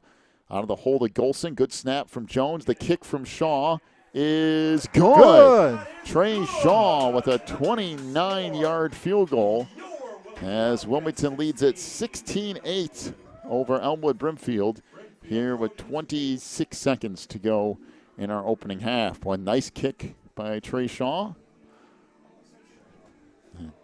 It's a great hold by Golson, too. The snap was a little bit high, and if you've ever watched Wilmington games and seen Josh Jones snap the football, it's like, you know that cannon out there in the end zone? That's how it comes out of there. He means business when he snaps it, and if you're not ready, it might knock you out.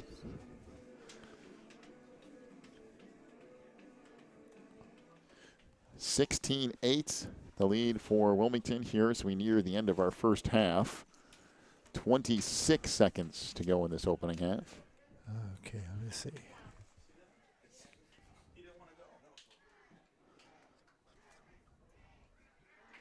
So the ball will be teed up at the 40. Trey Shaw will kick off right to left here.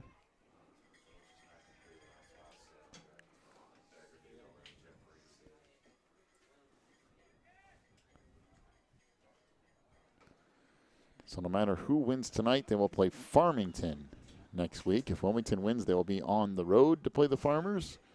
And if Elmwood Brimfield wins, they'd be at home next week. So Shaw will approach here. And a squib kick up the middle. Takes a couple of big bounces and just covered up at the 32-yard line. And the Trojans will have it there 1st and 10. You might see them run a run play here just to see what happens. If they don't get anything, go ahead and go to the half. Yeah, I don't think you'll see them try anything too wild. Might just take a knee. I don't know. We'll see. Line up in that double wing, and they will just take a knee. That'll do it for the first half.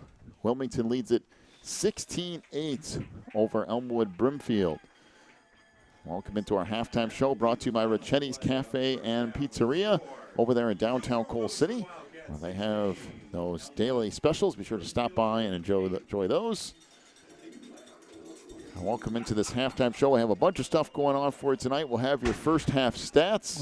We will also have our first full check of the IHSA football scoreboard brought to you by Odekirk Allred and Associates. And we'll get you set for the second half as well. So I'll take a break.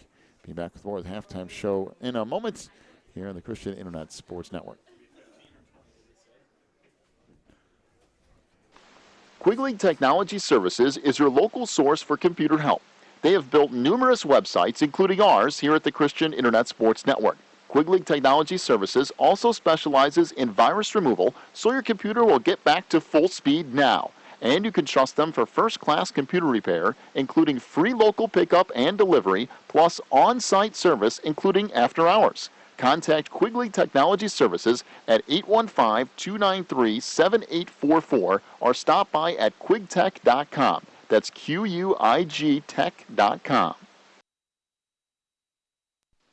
Phelan Acres Bible Church is the perfect place if you are looking for a church to call home. They have services every week, including Sunday school at 9:45, morning worship at 11, and Wednesday night prayer meetings at 7. Phelan Acres Bible Church is located at 26009 Willow Lane in Wilmington, Illinois.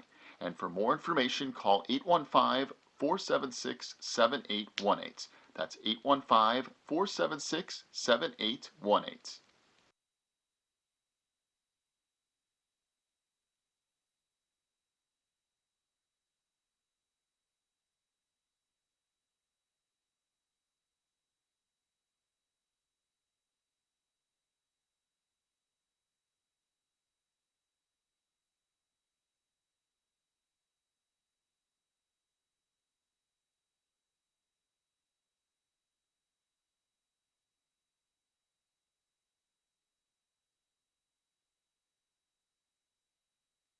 Heroin.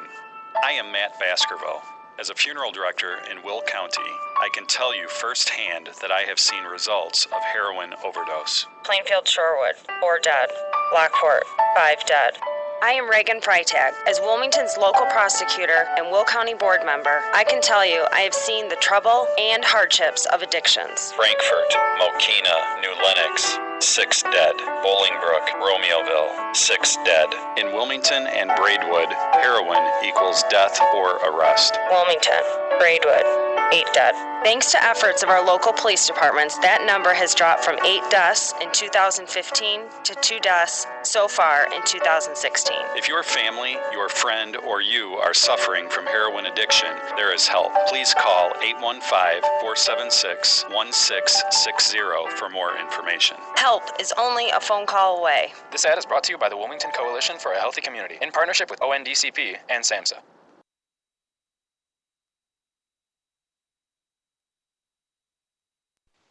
If you're looking for more information on Wilmington Wildcats football, then check out the Catbackers every Wednesday at 7 at Tuffy's.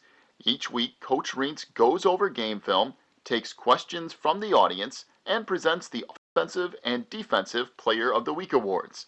Plus, you'll get to hang out with other Wildcat fans and get the inside scoop on next week's game. So be sure to check out the Catbackers every Wednesday at 7 at Tuffy's.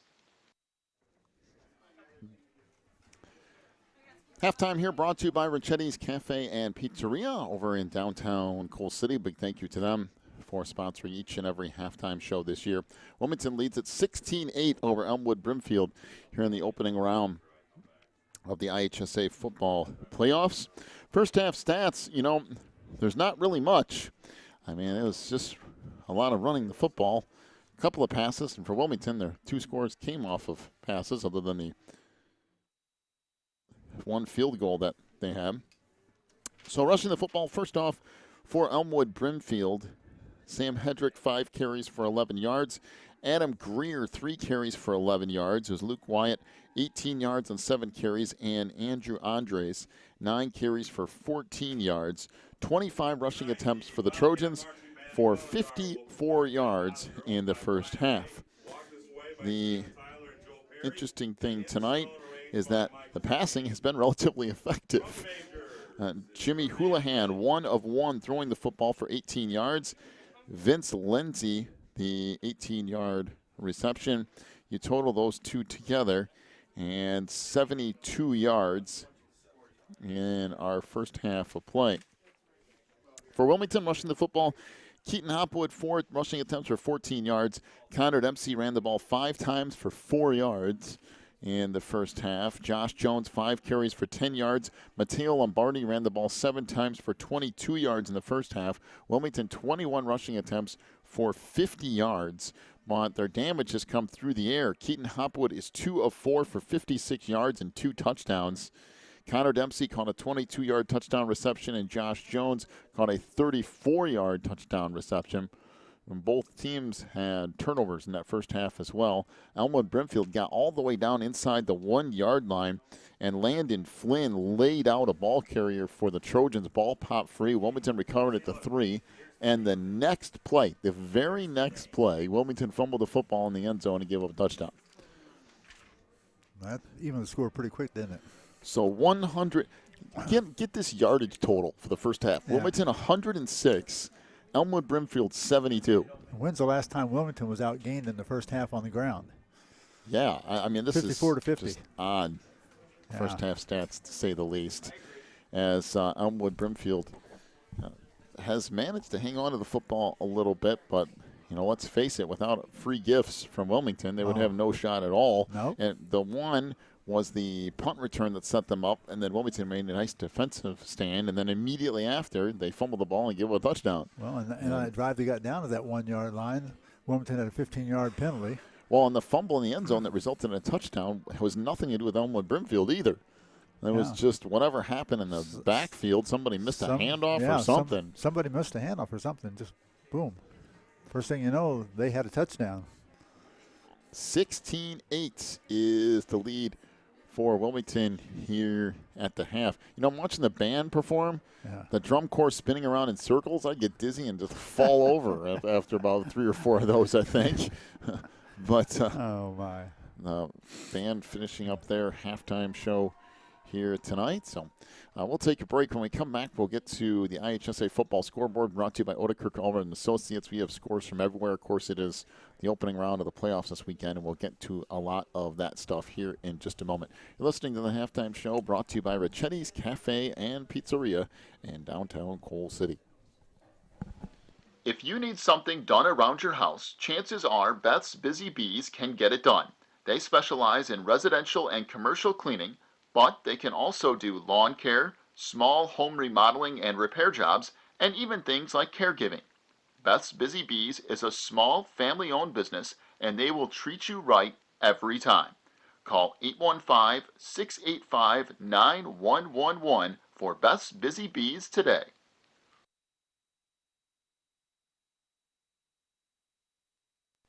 Warren's Collision Center is your hometown body shop. Your vehicle will get expert care with their drive-on frame rack and in their Bink spray booth. Warren's offers free estimates, pickup and delivery service, and they will get you set up with a loaner car while yours is in the shop. Warren's Collision Center is located at 242 North Front Street in Braidwood, or online anytime at warrenscollision.com. That's warrenscollision.com. Warren's Collision Center, where they care beyond the repair.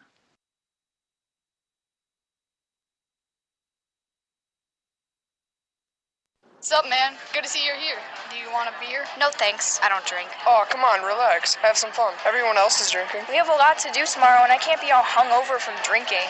Yeah, I'm having enough trouble with school, and sports, and clubs, and so much stuff. I don't have time to be worrying about if I got caught drunk. Come on, man. This will help relax your mind and worries, and you'll have a good time. Oh, man, cops. Run. We better book it out of here. I'm so glad we weren't stupid and didn't drink. I know, right? The Wilmington Coalition for a Healthy Community is committed and proud to bring programs and resources to help area residents. Our mission is to build a safe, productive, and substance-free community through these programs. The issues and problems that come with alcohol and drug abuse are very real, and the effects can be devastating. If you or anyone you know is in need of help, please call 815-476-1660. Help is only a phone call away. This ad is brought to you by the Wilmington Coalition for a Healthy Community in partnership with Sebring Goodman Teen Institute, ONDCP, and SAMHSA.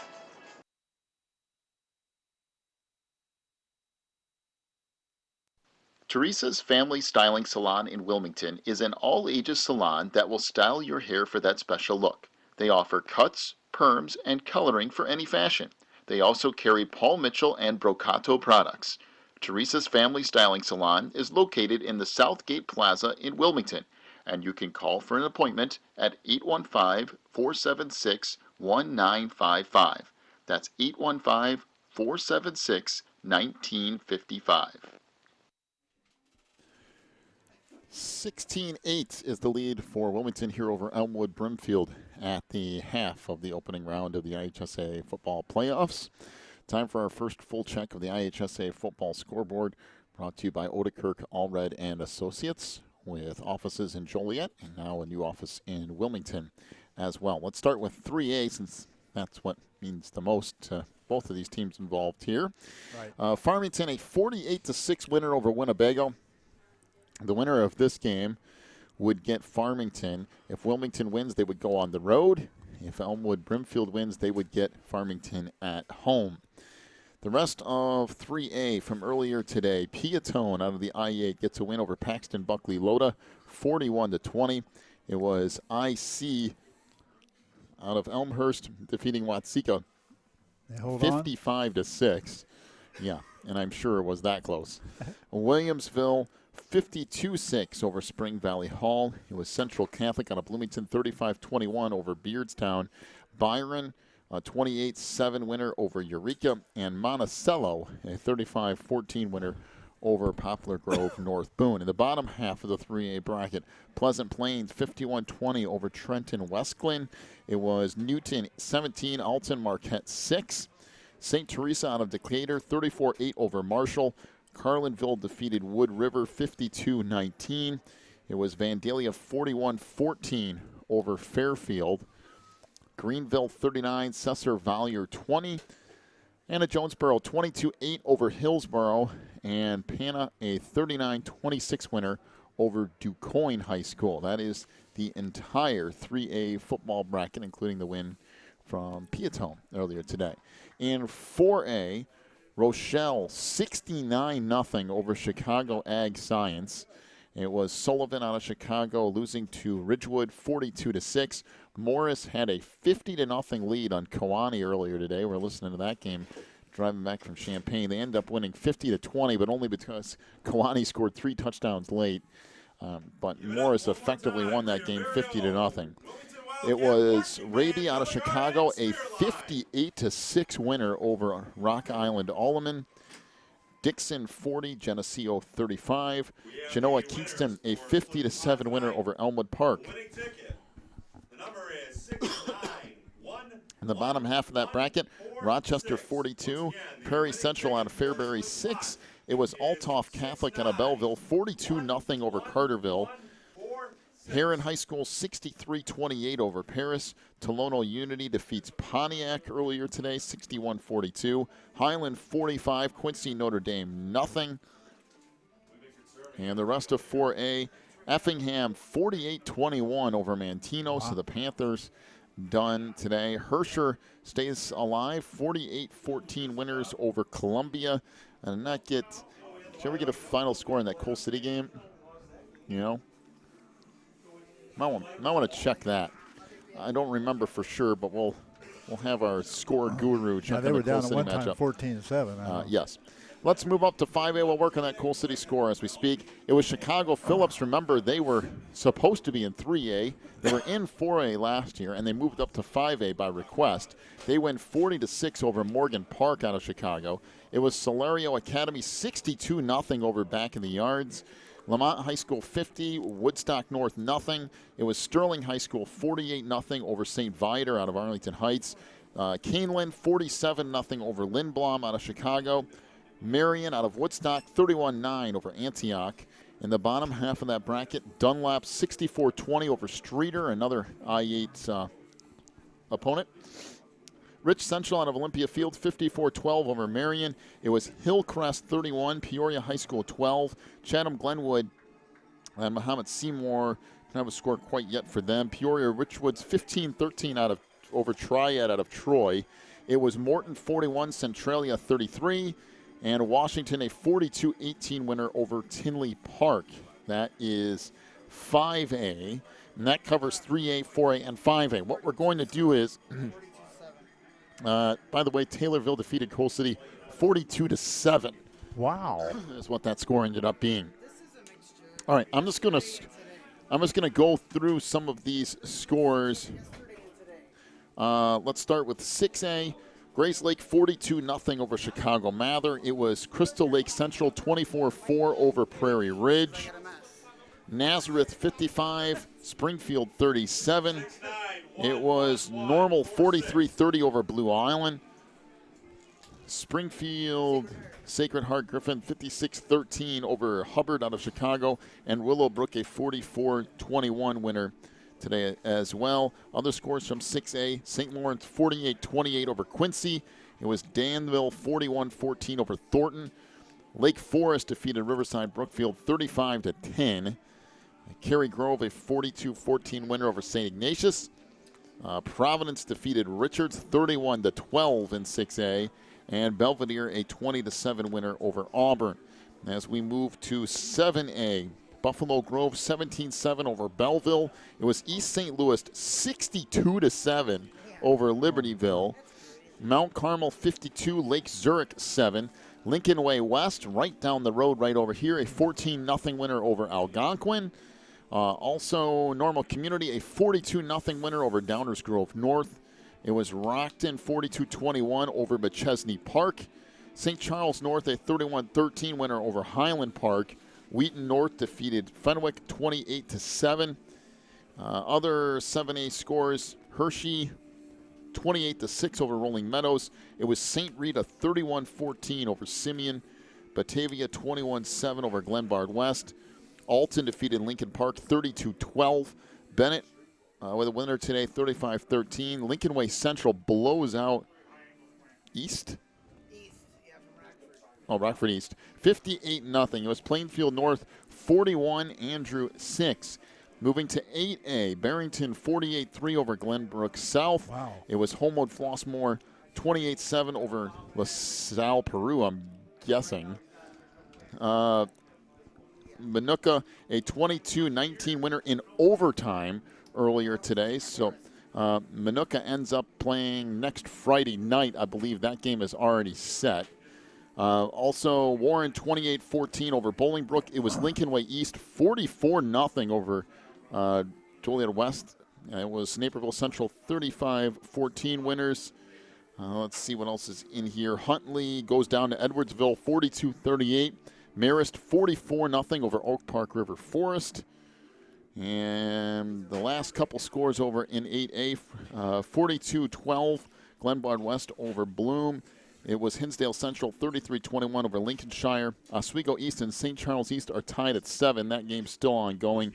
Naperville North leads Oswego 7-6. That game also ongoing. Palatine 34-3 over their opponent, and Loyola 35-32 over New Trier. Boy, that was a battle in 8A. Well, if that's not a complete check of the NHSA football scoreboard, I don't know what is. Brought to you by Odekirk Allred and Associates. In fact, it was such a complete check that used up the last 9 minutes of halftime here tonight. Oh, that's crazy. So hope we didn't need to do anything else because we just ran off the last 8 minutes of halftime. Oh, boy. And big number 74 is missing out there. So Wilmington will get set to return here. Rodewald and Bolzer will be back deep for the Cats as Elmwood Brimfield will kick off left to right.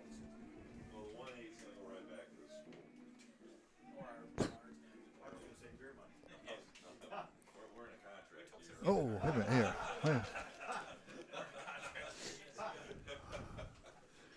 All right. So to the third quarter we go. Wilmington leads it 16-8 over Elmwood Brimfield. I tell you what, it's been a battle. And Sam Hedrick will get set to kick off. Both defenses have been very stingy tonight.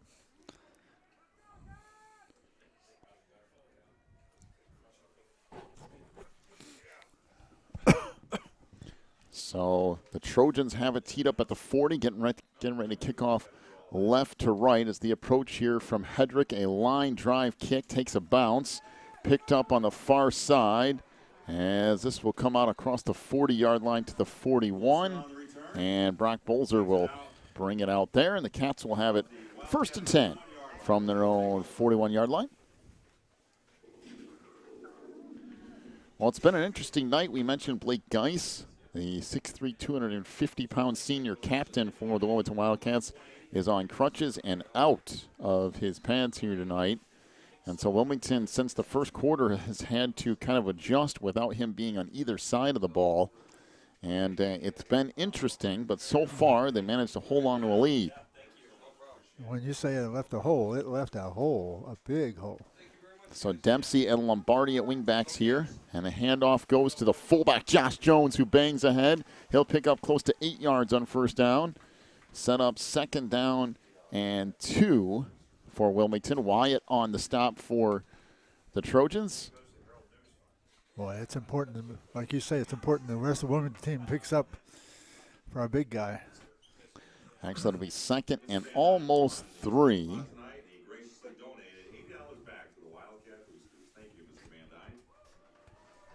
So 2nd down and almost 3. Back to the double wing here from the Wilmington 48.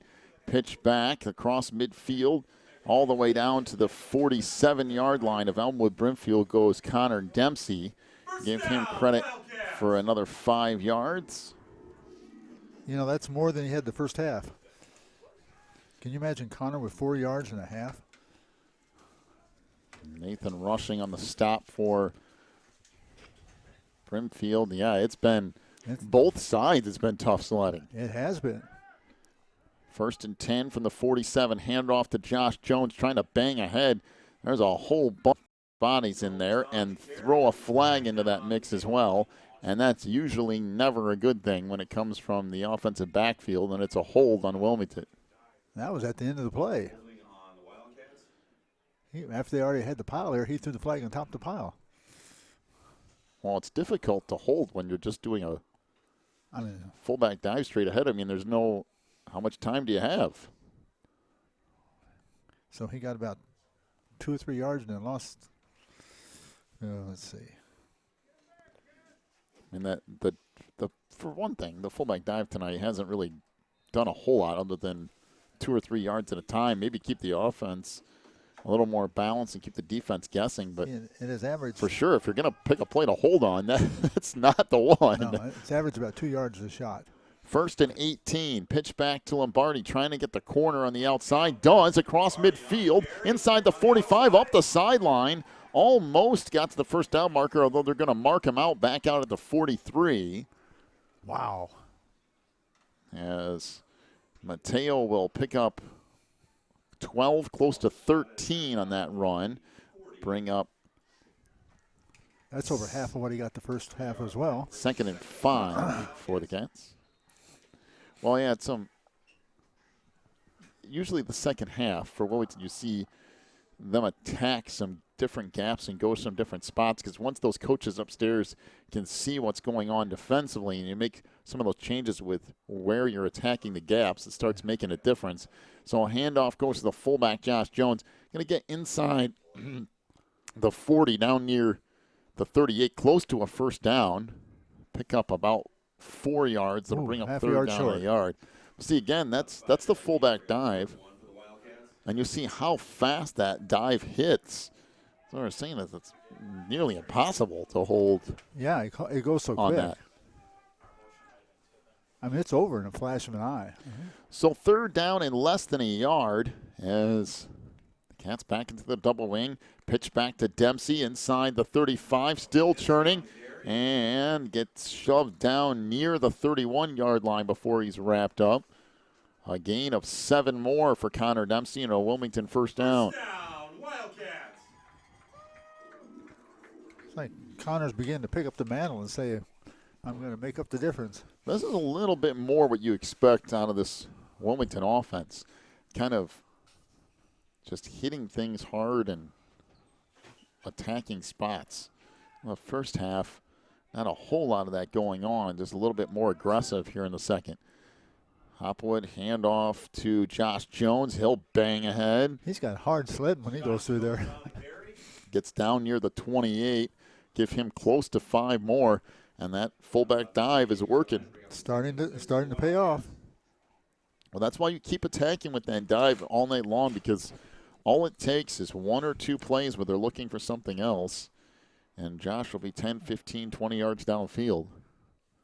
And it's starting to get 4 or 5 at a clip now. Second down and almost 6 for the Cats, down to the 28 of the Trojans. Pitch back to Lombardi. He'll bang ahead inside the 25-yard line, down near another first down marker. He'll pick up a good 5 more. It'll bring up third down and a yard. Well, Lombardi has 17 yards in the second half. He only had 22 in the whole first half. Well, Mateo Lombardi has to come out of the game. The referee sent him out. I don't know if it's for blood or what. So I think he's got blood on his left arm down in the lower part of it. Into the lineup for Wilmington comes Jacob Rodewald, the 5'8", 155-pound sophomore. Will play the wing back on the near side here with Dempsey on the far side. Jones back at fullback, Hopwood under center. Pitch back to Dempsey, and that got blown up in a hurry. And, boy, that just did not. The spacing there was nowhere near right, and it goes from 3rd and a yard to 4th and 7. Boy, that was just an odd-looking play from the start. Well, the quarterback and the halfback in the back ran into each other. Somebody had something wrong somewhere. Well, it's 4th and 7, so Wilmington going to have to dial up something from distance here. That's not been the strong suit of this Wilmington offense, but let's see what they do here. 4th and 7, Hopwood under center. Drops back to pass. Stays in the pocket, fires deep down the left sideline, and this is intercepted. But actually, that's probably just as good as anything else, as it's picked off by Elmwood Brimfield. But it'll be down at the 7-yard line, and he's celebrating, but actually the better play would have been to knock it down. Yeah, he backed his team up to the 7-yard line. They just would have knocked down the ball. They would have gotten 35 yards of field position.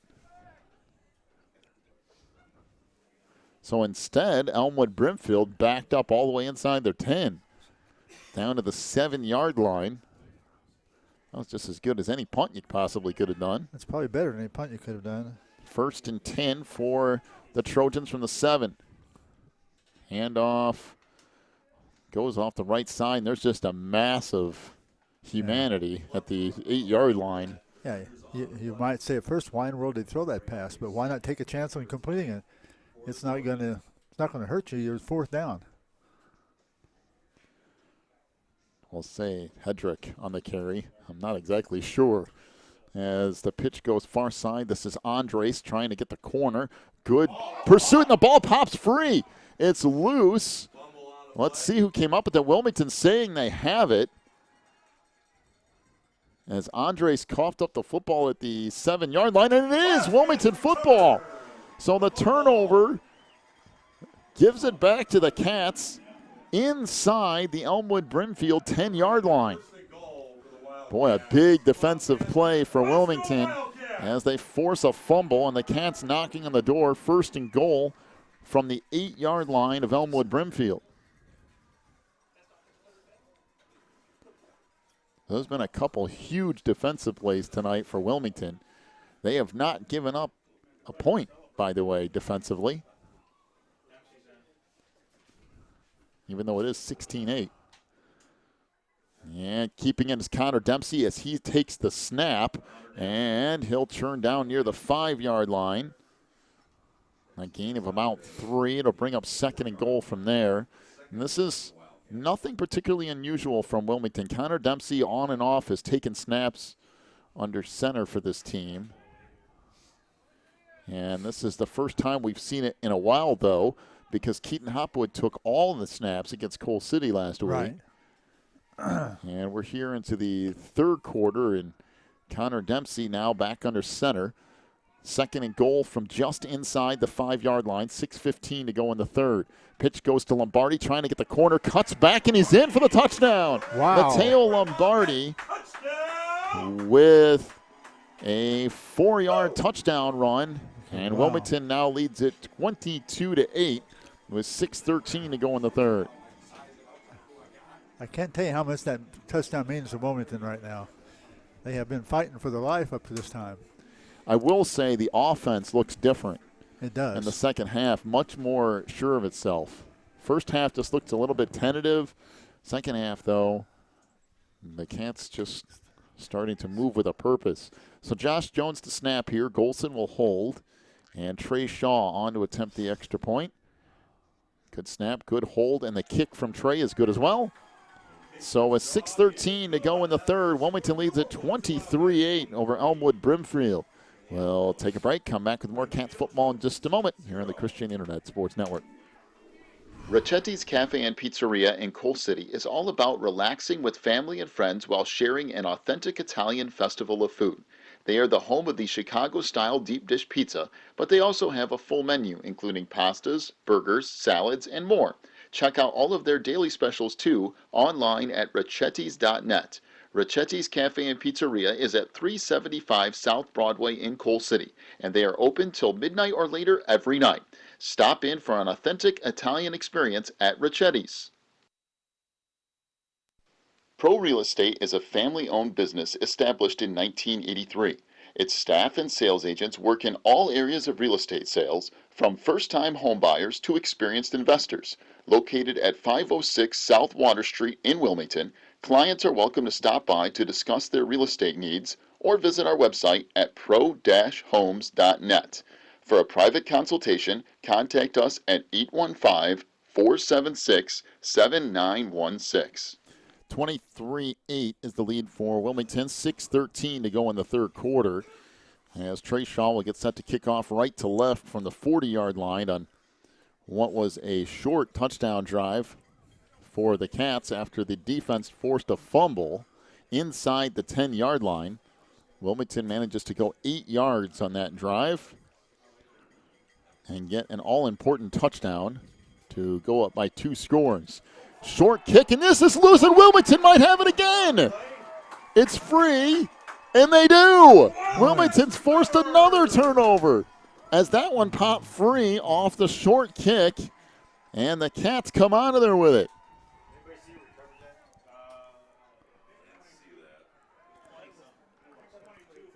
Well, might have been Jacob Rodewald on the recovery for the Cats. That thing popped free, and immediately there was a Wildcat on the football, and it's 1st and 10, and again, a short field for Wilmington from the Elmwood Brimfield 35-yard line. Connor Dempsey stays in under center. Pitches it back to Lombardi, trying to get off that right side. He'll pick up a yard, maybe 2. Bring up 2nd down and long for the Cats. Well, that's been big tonight. The turnovers that Wilmington has forced. And that one there was what you call really an unforced turnover. Just catching the kickoff. Well, but the thing is, whenever you start making people catch kicks that don't normally do it. Yeah, that's true. You never know. 2nd down and 8. And now Dempsey going to keep it off the left side. Fires deep down the field and just overshot his intended receiver. That was William Van Dyne down at the 10-yard line. He had him open, too. Dempsey had to hurry it a little bit, though. He had some pressure in his face back at the 40. He got hit right in the chest as he threw it. And if he'd had another second to throw, it would have been, I think, a completed pass. But that's defensive pressure come on him. Well, the Cats went with the home run shot and just missed. Boy, that was a close one. Bring up 3rd and 8 for Wilmington from the 34-yard line of the Trojans. Back double wing here. Dempsey will pitch it right side. Lombardi inside the 35 down to the 30. Lombardi on the carry. He'll pick up close to 5 more. And it will bring up 4th down and a long 4 here for Wilmington. The ball inside the Elmwood Brimfield 30-yard line. Well, this puts Wilmington in an interesting position here. Close enough that you might try running for it. Far enough that you might want to pass for it. You're not going to gain a whole lot by kicking it.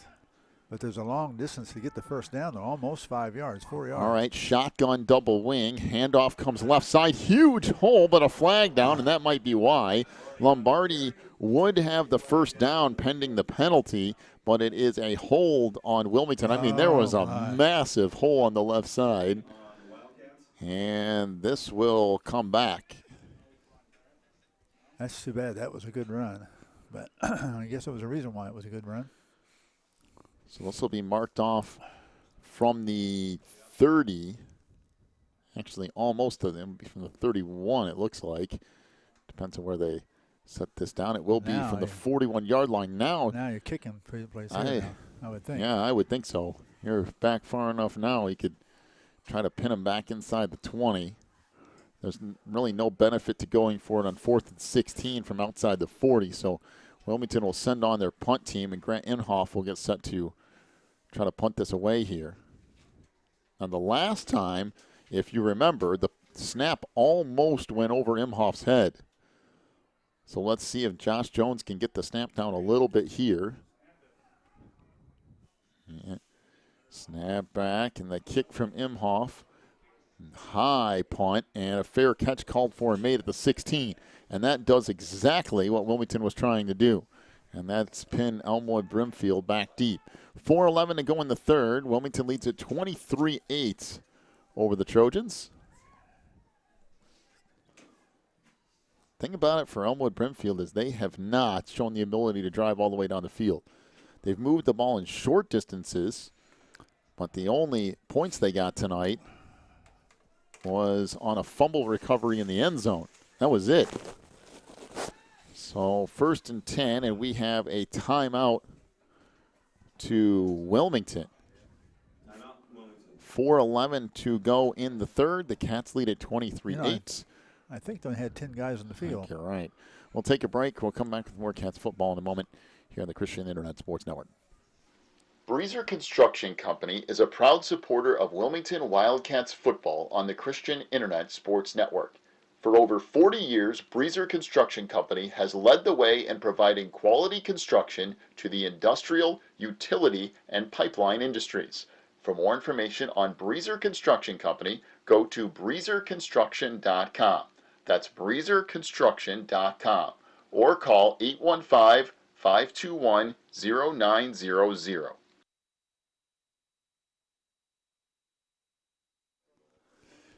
23-8 is the lead for Wilmington. 4:11 to go here in the third quarter. Houlihan back up under center for the Trojans. Well, handed off the right side. This stacked up and goes nowhere. 3 or 4 Wilmington defenders there to close the door in a hurry. And Adam Greer on the run for the Trojans. Gets no gain to bring up 2nd and 10 for Elmwood Brimfield.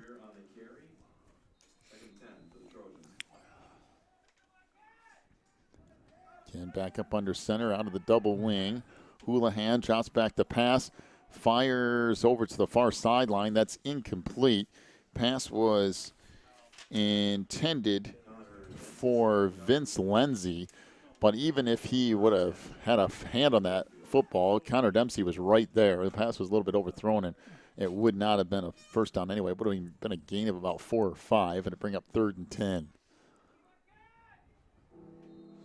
This is an important down right here, for both teams.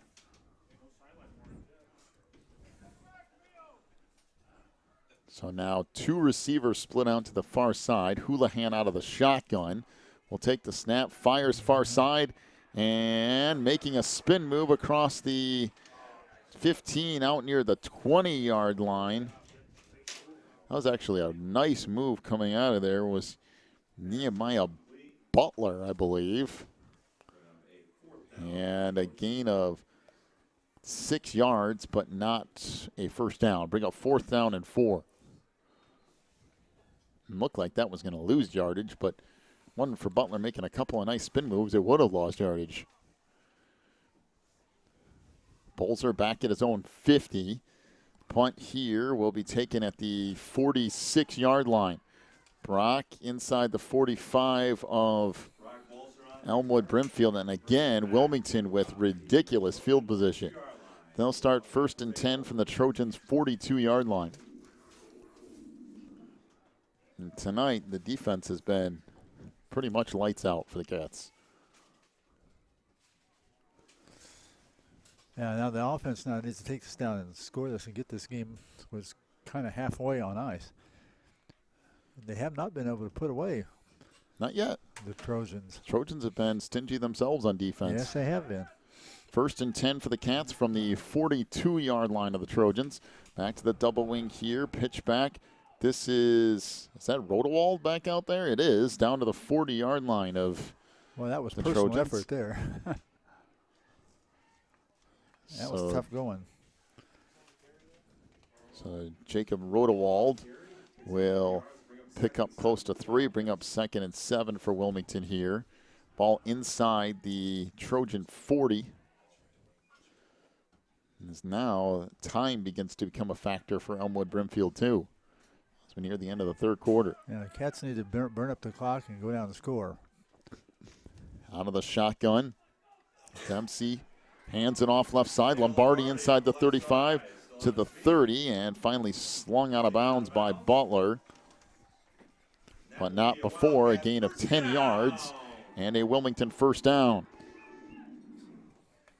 And the thing for Wilmington is they just keep pounding away, and if you can stop that the entire game, you're fine. But they're gonna if you show any weakness, you start giving a little bit, then you're in trouble. Yeah, they'll make you pay for it, little by little. So the Cats have it 1st and 10. Ball sitting just outside the Elmwood Brimfield 30. 2:06 to go in the 3rd. Dempsey out of the gun, still double wing though. Connor takes it left side inside the 30. There's a flag down. That's not a good sign. That's really been the only problem tonight for Wilmington. There's been some holding penalties that have just killed drives. And this might be another one right here. And it is holding on Wilmington. Man. One after the other.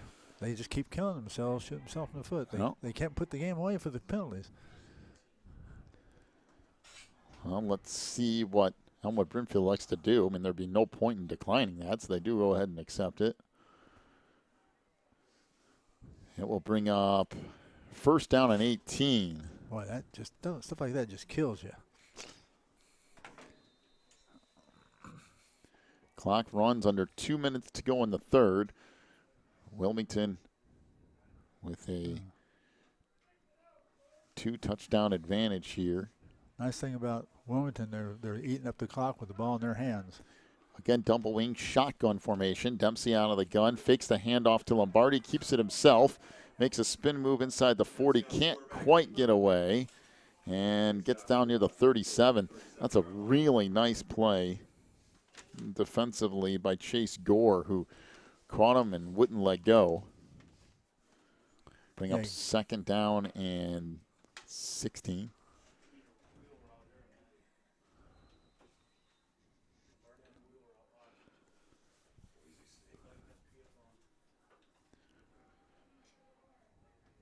So the clock runs down now, under a minute to go in the third. Again, shotgun double wing. Dempsey back there with Lombardi to his left as he will hand it to Mateo, and that's not going to go anywhere. That thing was blown up a long time before Dempsey handed it off. There was nothing there. Yeah, there was nothing.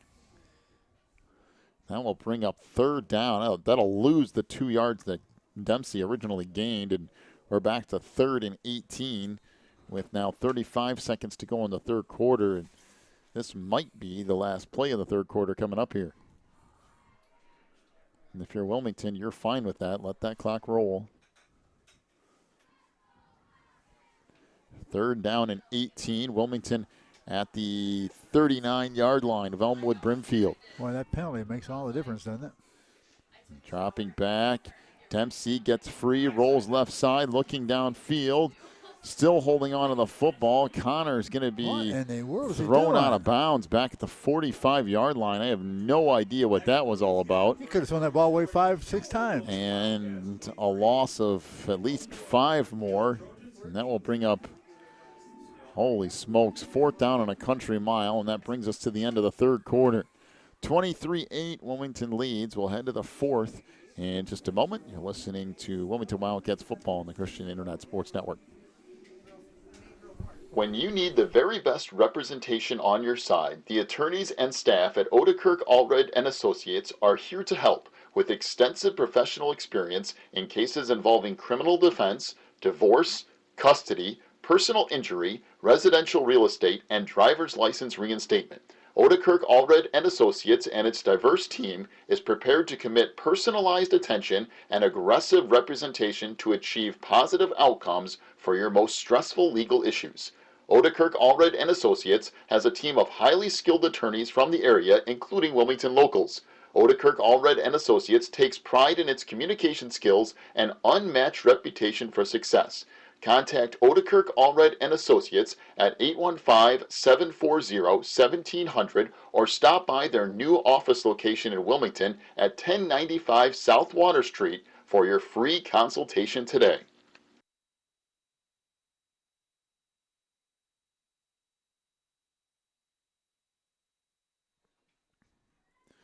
Fourth down and, well, more or less 25 or so. 4th and 24. And the Cats will punt it away. Imhoff with a kick. Taken down at the 15. Across the 20. 25-30. Up the sideline. This might go for a touchdown. All the way down the sideline. And Elmwood Brimfield's going to put this in the end zone. Wow. Touchdown Trojans. And that is a really nice punt return on the far side by, I think that's Nehemiah Butler, who ended up with that, and he cruises all the way into the end zone. That is an 85-yard touchdown return on a punt by Nehemiah Butler. Made a couple of moves and then took off up the sideline. Well, that's what happens when you're Wilmington and you keep getting good field position and you can't capitalize. You leave the door open, and now Elmwood Brimfield is an extra point away from being a one-possession game. So Houlihan back under center. Will pitch it back off to Wyatt, and he will not get in. Boy, that's real nice work from Wilmington's defense, because that still keeps it a 2-possession game. Boy, that's big. 23-14, the lead now for Wilmington. 11:43 to go in the game. We'll take a break. Back with more Cats football in a moment on the Christian Internet Sports Network. Quigley Technology Services is your local source for computer help. They have built numerous websites, including ours, here at the Christian Internet Sports Network. Quigley Technology Services also specializes in virus removal, so your computer will get back to full speed now.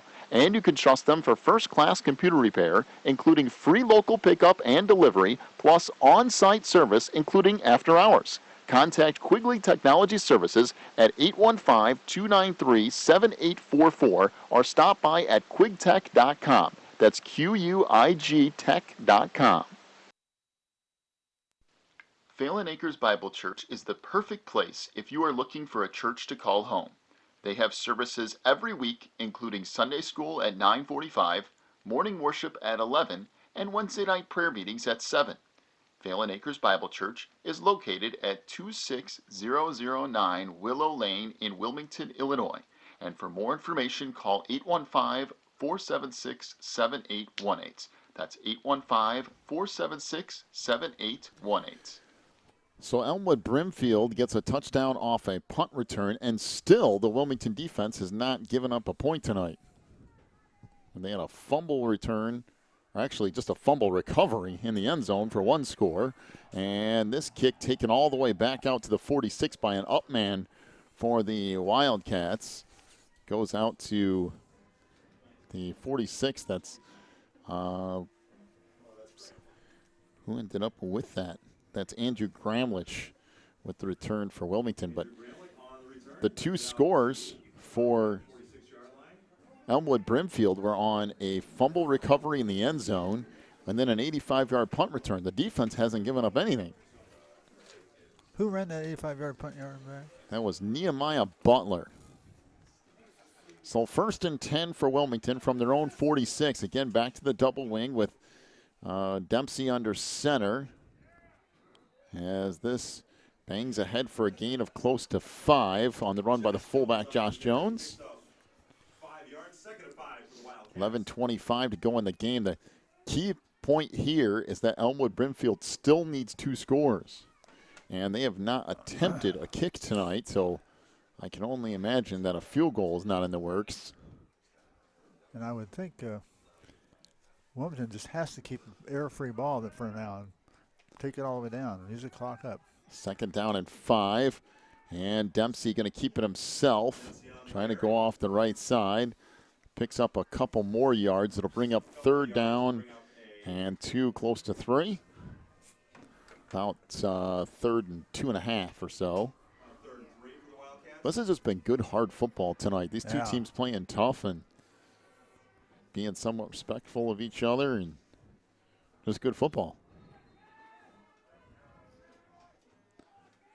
So 3rd down. Not too many surprises Not too many surprises tonight by Wilmington. They've stayed pretty much by the book except right the first that pass. A pass or two. Other than that, it's been pretty much right as normal plays. So Dempsey back under center here in motion. Rodewald, handoff back underneath. This is Matteo Lombardi, and he has enough for a 1st down on a gain of 3. Brought down on the near side by Brandon Lance. And that's 1st down. 1st down, Wildcats! To the Elmwood Brimfield 44.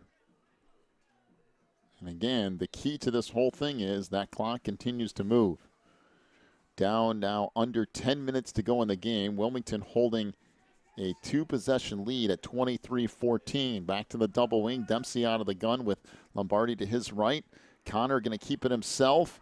Inside the 40, up the sideline to the 30. Connor has to make one-man miss and can't quite do that, but gets all the way down to the 11-yard line.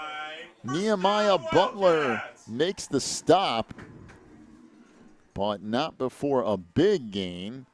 And a Wilmington 1st down. Did a nice job of getting outside over here. Gain of 33. That's his first big gain of the night. You've been waiting to have him do that. He did a nice job of getting a real quick step, making the corner, and then the outside guy, contained guy, went inside of him, and then down the sideline. Only the safety back there, guy way deep, was able to cut him off. 1st and 10, Wilmington from the 11-yard line of Elmwood Brimfield. And the handoff goes to the fullback, Josh Jones. He's going to get close to 5 more. I'm telling you, that fullback dive in the second half has worked. He's getting 4 or 5 yards almost every time they take it. The last 3 times he's got 5 yards each time. 2 times before that he got 4, 2, and then 8. So only one time he was down to 2. Everything else has been over 4 and over. So Wilmington will have it 2nd down and 6. The ball out near the 7-yard line. Handoff again, Josh Jones. And he'll get down inside the 5, close to the 4-yard line.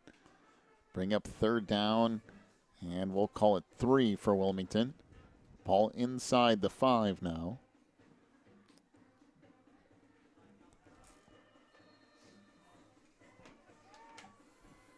Well, Wilmington knocking on the door, but again, tonight, Elmwood Brimfield has been very good at not giving up. They've been points. Very, very tough. 3rd down and 3. And Dempsey's going to keep it himself and walk into the end zone. Connor Dempsey with a 4-yard touchdown run. And Wilmington leads it 29-14 with 8 minutes to go in the 4th quarter. Boy, he stepped to a hole there. Made by the line. It was beautiful. The thing for Elmwood Brimfield, though, is you're still in this because if Trey Shaw makes this extra point, it would still be a 2-possession game. It'll be tough, though, because you have to get 2 two-point conversions. The snap is good. Good hold by Golson, and the kick is good, and that'll make it a little bit tougher. Well, 30-14. I tell you what, Elmwood just refuses to go away, though. The Cats lead at 30-14. 8 minutes to go in the game. Take a break. Back with more Cats football in a moment here on the Christian Internet Sports Network. If you're looking for more information on Wilmington Wildcats football, then check out the Catbackers every Wednesday at 7 at Tuffy's. Each week, Coach Reentz goes over game film, takes questions from the audience, presents the Offensive and Defensive Player of the Week awards. Plus, you'll get to hang out with other Wildcat fans and get the inside scoop on next week's game. So be sure to check out the Catbackers every Wednesday at 7 at Tuffy's. If you need something done around your house, chances are Beth's Busy Bees can get it done. They specialize in residential and commercial cleaning, but they can also do lawn care, small home remodeling and repair jobs, and even things like caregiving. Beth's Busy Bees is a small family-owned business, and they will treat you right every time. Call 815-685-9111 for Beth's Busy Bees today. 30-14, the lead for Wilmington with 8 minutes to go in the game. Trey Shaw will kick it up at the 40-yard line left to right. And again, for the Trojans, they're still in this because it is a 2-possession game. Should they get a touchdown and a 2-point conversion and do that one more time, and 8 minutes is still a boatload of time. Trouble is that they score on these unlikely things, like a streak of lightning. Like this right here with the kickoff return.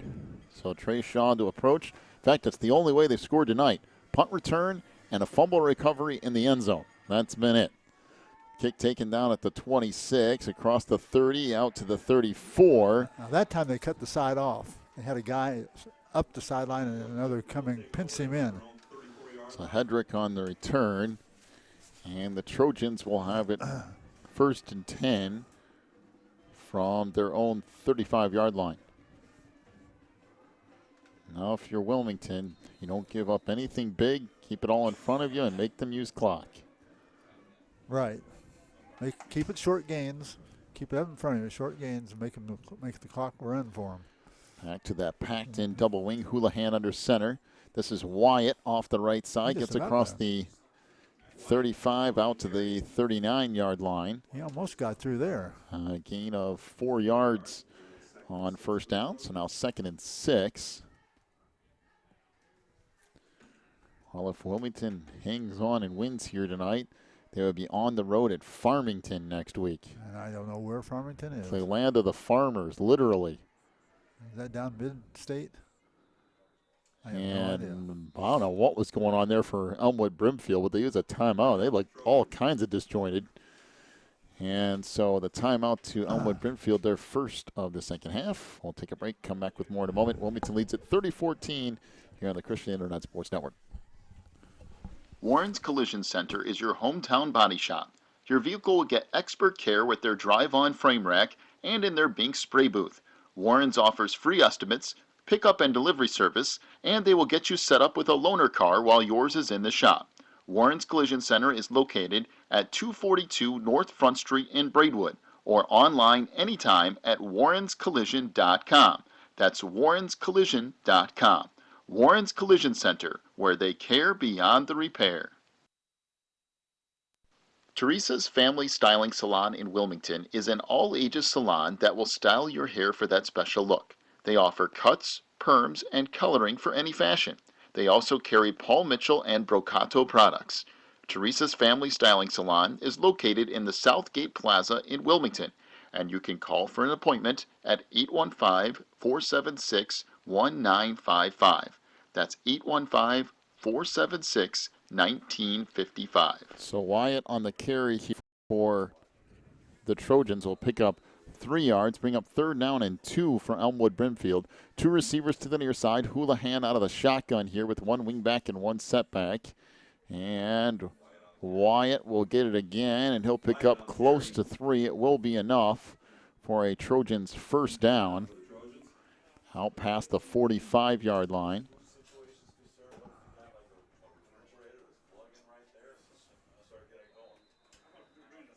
Oh, you can't accuse the Trojans of using too much clock. They have the line of scrimmage already. They'll give them a number out there and check their wristbands, and they're ready to go. Not exactly in high-speed offense, though. Houlihan swings it near side. That's caught, but that's not going to go anywhere. Good job. That's a really nice tackle from Matteo Lombardi, as that pass caught by Vince Lenzi for a no gain, and it'll bring up 2nd down and 10. The nice thing about what that was, it keeps the clock running. No gain and keeps the clock running, both. 2 things. Again, 2 receivers to the near side. Houlihan out of the gun. He'll hand it off to Wyatt, trying to get the outside, and he slips as he tried to cut it back up the middle. Good job by Connor Dempsey getting to the outside and keeping contained and forcing Wyatt back up the middle. Yeah, he wanted to go on outside, but Connor was out there cutting it off and cut the up inside. When he did, he slipped. So I'll bring up, should be 3rd down and 10 here for Elmwood Brimfield. They're trying to figure out what they want to do here, and this is no problem. Coming right down to the wire now for the Trojans, because they need a first down. 2 receivers to the near side, snap back to Houlihan. He's going to fire it deep down the sideline, and that is incomplete. Good coverage by Rodewald on Lenzi down at the 25. I thought he was going to come up with it for a second, but did not. He made a great effort, and it was enough to scare you. That's really good coverage from Rodewald, though. Yeah, he was right in his belly, right with him step by step. So 4th down and 10, and this is pretty much it for Elmwood Brimfield. They almost have to pick this up. Yeah, when we can get the ball back, they can just about run out the clock. I mean, it won't be over quite yet, but it'll be close to it.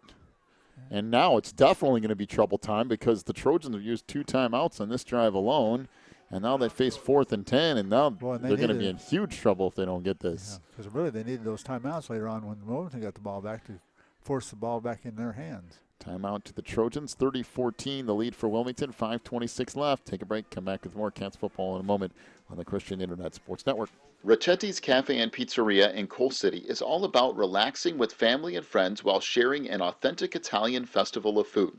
They are the home of the Chicago-style deep dish pizza, but they also have a full menu, including pastas, burgers, salads, and more. Check out all of their daily specials, too, online at ricchettis.net. Ricchetti's Cafe and Pizzeria is at 375 South Broadway in Coal City, and they are open till midnight or later every night. Stop in for an authentic Italian experience at Ricchetti's. Be sure to stick around for our postgame show tonight, brought to you by Warren's Collision Center. Warren's, where they care beyond the repair, over there across from McDonald's in Braidwood. I have an appointment to get my car fixed. You there. do. We've kept Warren in business. Boy, have we. Our family members going over there. We'll have our final check of the stats tonight, one more check of the scoreboard, and also we'll interview Coach Jeff Reintz as well. Houlihan fires on 4th and 10. Incomplete, and his own 2 receivers knocked it away from each other. Oh, wow. Somehow there were 2 receivers in the same area, and it gets batted away between Sam Hedrick, and also out there was Henry Lamp, and they knocked it away from each other. So 1st and 10 for Wilmington from the 45 of Elmwood Brimfield, and the Trojans down to 1 timeout, and this is going to be tough sledding. Extremely difficult for the Trojans, but see what Wilmington does here. Dempsey under center. Hand off to Josh Jones, the fullback again, and again, Josh is going to get about 4 yards. It's been a good play the second half. That's been consistent for Wilmington over and over again in the second half as Josh Jones on that fullback dive, and they'll get 4 more there, or pretty close to it, bring up 2nd down and 6, close to 7. Got a good 3 yards anyway out of that. He's gotten 35 yards off that play in the second half here now. And now, if you're Wilmington, you can wind that clock all the way down.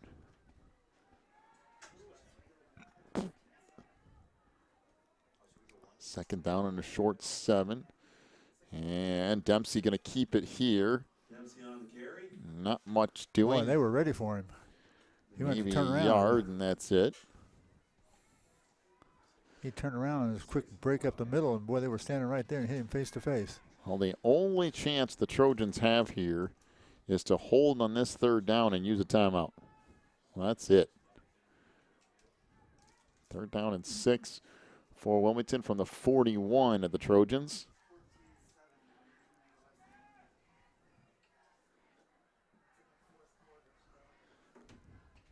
Now back to the double wing. And the handoff comes near side. Lombardi spins away inside the 40 and picks up a couple somehow. He got positive yardage out of that when it looked like it was going to be a loss of 4 or 5. It will bring up 4th down and 3. And if you're Wilmington, I don't know. Let's see what they do here. Almost tempted to go for it because if you pick it up, game's essentially over. If you don't, Elmwood Brimfield's got to go a ways anyway. Yeah. Coach is pacing the sidelines here, boy. But for sure, run this clock all the way down, use the timeout, and then decide what it is that you want to do. It's going to bring the clock down to about 3:05 to go in this one before they use a timeout. And Reintz will use it with 3:06 on the clock. 30-14 is the lead for Wilmington. We'll take a break, come back and see what the Cats do on 4th down in just a moment in the Christian Internet Sports Network. Pro Real Estate is a family-owned business established in 1983. Its staff and sales agents work in all areas of real estate sales, from first-time home buyers to experienced investors. Located at 506 South Water Street in Wilmington, clients are welcome to stop by to discuss their real estate needs or visit our website at pro-homes.net. For a private consultation, contact us at 815-476-7916. 30-14 is the lead for Wilmington. 3:06 to go in the game. Both teams down to 1 timeout. Wilmington has the ball 4th down and 3 at the Elmwood Brimfield 38-yard line. Tell you what, this Elmwood defense has really come to play tonight. They have been tough. So the Cats look like they're going to go for it on 4th and a short 3. Dempsey under center as they try to draw Elmwood Brimfield off sides, and they have nothing doing here. Now they'll pitch it back on the quick snap after that, and Lombardi's got a 1st down. Well, that was interesting because they almost had you thought that they were trying to draw you off sides and then not snap it. But they do eventually snap it, and Lombardi picks up a 1st down, and that's going to go a long way towards sealing a Wilmington win. they took that so long, they almost ran out of time on the clock. I thought they were going to call another timeout. And I think that's what happened to the defense. I think they gave up on the play, too. And then they got hit for 5 yards. 1st and 10, Wilmington from the Trojan 32-yard line. Again, double wing here with Dempsey under center. Taking a while on the count. Now pitch back to Rodewald inside the 30. Now near the 28-yard line. Picks up a chunk on 1st down. Be sure to stick around for our postgame show brought to you by Warren's Collision Center, where they care beyond the repair over in Braidwood across the street from McDonald's. We'll have a final look at your stat totals tonight. We'll take a look at who Wilmington's next opponent will be, should they hang on and win this. Check a final scoreboard look here tonight as well. And we'll talk to the head coach of the Wildcats, Mr. Jeff Raines, about tonight and what might be coming up next week. So Dempsey will keep it and gets down inside the 25, near 1st down marker. Don't know if he got all the way there or not. Picks up about 5 yards. He'll bring up 3rd down and a yard with 1:50 to go. Not really anything that Elmwood Brimfield can do about this either. Nope, no timeouts left, and they're giving up yardage. So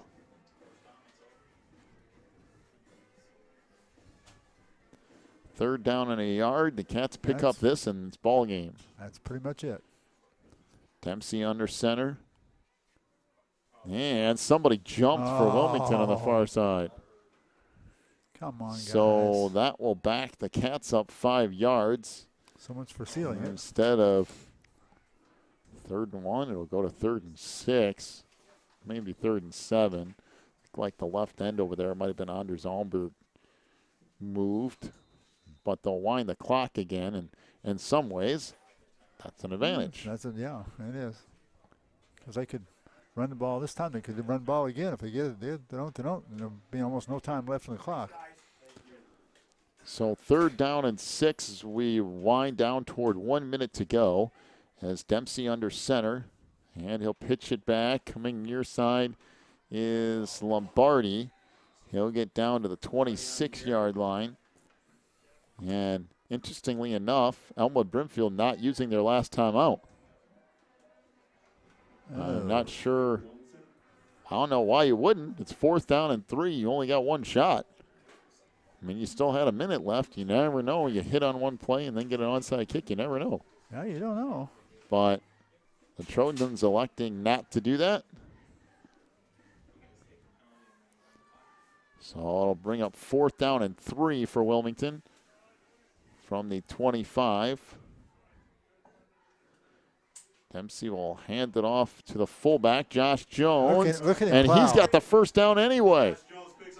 On 4th and 3, Josh Jones picks up 6, close to 7, and a Wilmington 1st down, and that is going to do it. They'll wind the clock, and Wilmington will advance into the 2nd round of the IHSA football playoffs to take on Farmington. Wilmington wins it tonight 30-14 over Elmwood Brimfield as that clock hits zeros. But boy, that's a good 1st round matchup between the Wildcats and Trojans. I mean, that's just a slugfest that goes down to the end.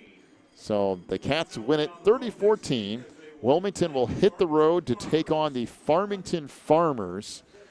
That's about a 2-hour road trip, and if you can't make it, just join us right back here. We appreciate it tonight. There are a bunch of you on. We were taking a look at some numbers during the broadcast, and we appreciate each and every one of you joining us on the broadcast here tonight. Listen, I know it's freezing cold out here. We appreciate you sticking with us because we know you have options, and we're very thankful for your loyalty. So Wilmington gets the win tonight. You can catch the game next week as well. We'll be on the road at Farmington, and we'll let you know exactly when. It's going to be next Saturday, but right now it's just a matter of what time. But no matter what time that is, you can catch the game right here on the Christian Internet Sports Network. Welcome into the postgame show brought to you Warren's Collision Center, where they care beyond the repair. Warren's right across the street from McDonald's in Braidwood. We do appreciate their sponsorship. We'll check your first full look of the Wilmington stats here tonight. We'll also take a final look at the IHSA football scoreboard brought to you by Odekirk Allred and Associates. And we'll talk to the head coach of the Wildcats, Mr. Jeff Reintz, as well. Take a break. We'll do all that in just a moment. You're listening to Wilmington Wildcats football on the Christian Internet Sports Network. Breezer Construction Company is a proud supporter of Wilmington Wildcats football on the Christian Internet Sports Network. For over 40 years, Breezer Construction Company has led the way in providing quality construction to the industrial, utility, and pipeline industries. For more information on Breezer Construction Company, go to breezerconstruction.com. That's breezerconstruction.com. Or call 815-521-0900. When you need the very best representation on your side, the attorneys and staff at Odekirk Allred & Associates are here to help with extensive professional experience in cases involving criminal defense, divorce, custody, personal injury, residential real estate, and driver's license reinstatement. Odekirk Allred & Associates and its diverse team is prepared to commit personalized attention and aggressive representation to achieve positive outcomes for your most stressful legal issues. Odekirk Allred & Associates has a team of highly skilled attorneys from the area, including Wilmington locals. Odekirk Allred & Associates takes pride in its communication skills and unmatched reputation for success. Contact Odekirk Allred & Associates at 815-740-1700 or stop by their new office location in Wilmington at 1095 South Water Street for your free consultation today.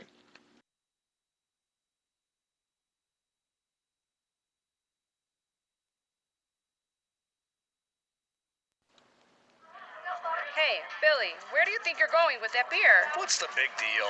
He is at home. Nice, Bob. Real nice. Look, they're practically grown. They're juniors and seniors now, and they're here for the day. They're not going anywhere. Yeah, that may be true for yours, but you can't let the others drink. In Illinois, the social host law holds adults accountable for underage drinking.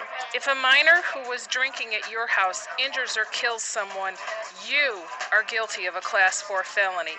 You get fined. You go to jail. So, being the host, aka the adult, letting high schoolers drink is illegal. Be their guide. Don't provide. If you or someone you know abuses alcohol or drugs, please call 815-476-1660. Help is only a phone call away. This ad is brought to you by the Wilmington Coalition for a Healthy Community in partnership with ONDCP and SAMHSA.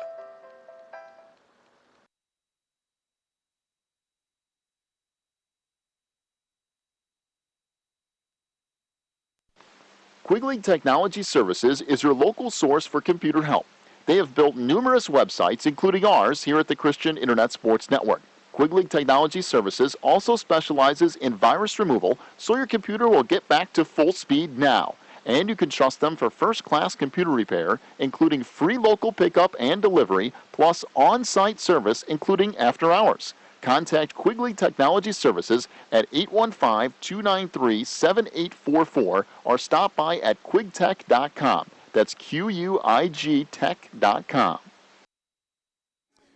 Welcome into the postgame show here, brought to you by Warren's Collision Center. Warren's, where they care beyond the repair. Right over there in Braidwood across the street from McDonald's. Well, an interesting one here tonight. Wilmington wins it 30-14 over Elmwood Brimfield to advance into the second round of the 3A playoffs against Farmington. First of all, your final stat totals tonight. For Elmwood Brimfield, rushing the football, Jimmy Houlihan, 1 carry for 0 yards. It was Sam Hedrick, 6 carries for 12 yards. Adam Greer carried the ball 4 times for 11 yards. Luke Wyatt, 11 carries for 29 yards tonight. And Andrew Andres, 9 carries for 14 yards. Elmwood Brimfield, 31 rushing attempts for 76 yards. Through the air, Jimmy Houlihan was 3 of 6 for 24 yards. Nehemiah Butler caught 1 6-yard pass. Vince Lindsay caught 1 18-yard pass and 1 0-yard pass for the total of 24 yards. You add those together, 100 yards of total offense and a couple of turnovers, too, with some fumbles. You ask, well, how did they score if they only had 100 yards total offense? Well, Nehemiah Butler had an 85-yard punt return, and Elmwood Brimfield recovered a fumble in the end zone for a touchdown. Wilmington's defense did not give up a point all night tonight, and they only gave up 100 yards. I think the second half they only gave up 24 yards, period. That's pretty good. Yes. Pretty good. That's a dominate. For Wilmington rushing the football, Keaton Hopwood, 4 rushing attempts for 14 yards. It was Connor Dempsey rushing the ball 15 times for 63 yards and a touchdown. Josh Jones, 19 carries for, 48 yards? Yes.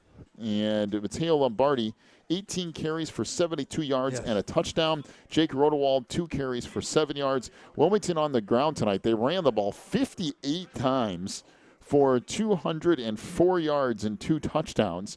Through the air, Keaton Hopwood was 2 of 5. Connor Dempsey ended up being 0 for 1 tonight. So 2 for 5 for Keaton Hopwood for 56 yards, including 2 touchdown passes, a 22-yard touchdown pass to Connor Dempsey, and a 34-yard touchdown pass to Josh Jones. And the Cats tonight also had a turnover or 2 of their own. Yes. Wilmington, 204 yards in the ground, 56 in the air, 260 yards of offense for Wilmington. Not mind-blowing, to say the least, but when you outgain the other team 260 to 100, that's pretty good. Yeah, almost 2.5 times as much. And I thought the thing that was really special about that was the second half.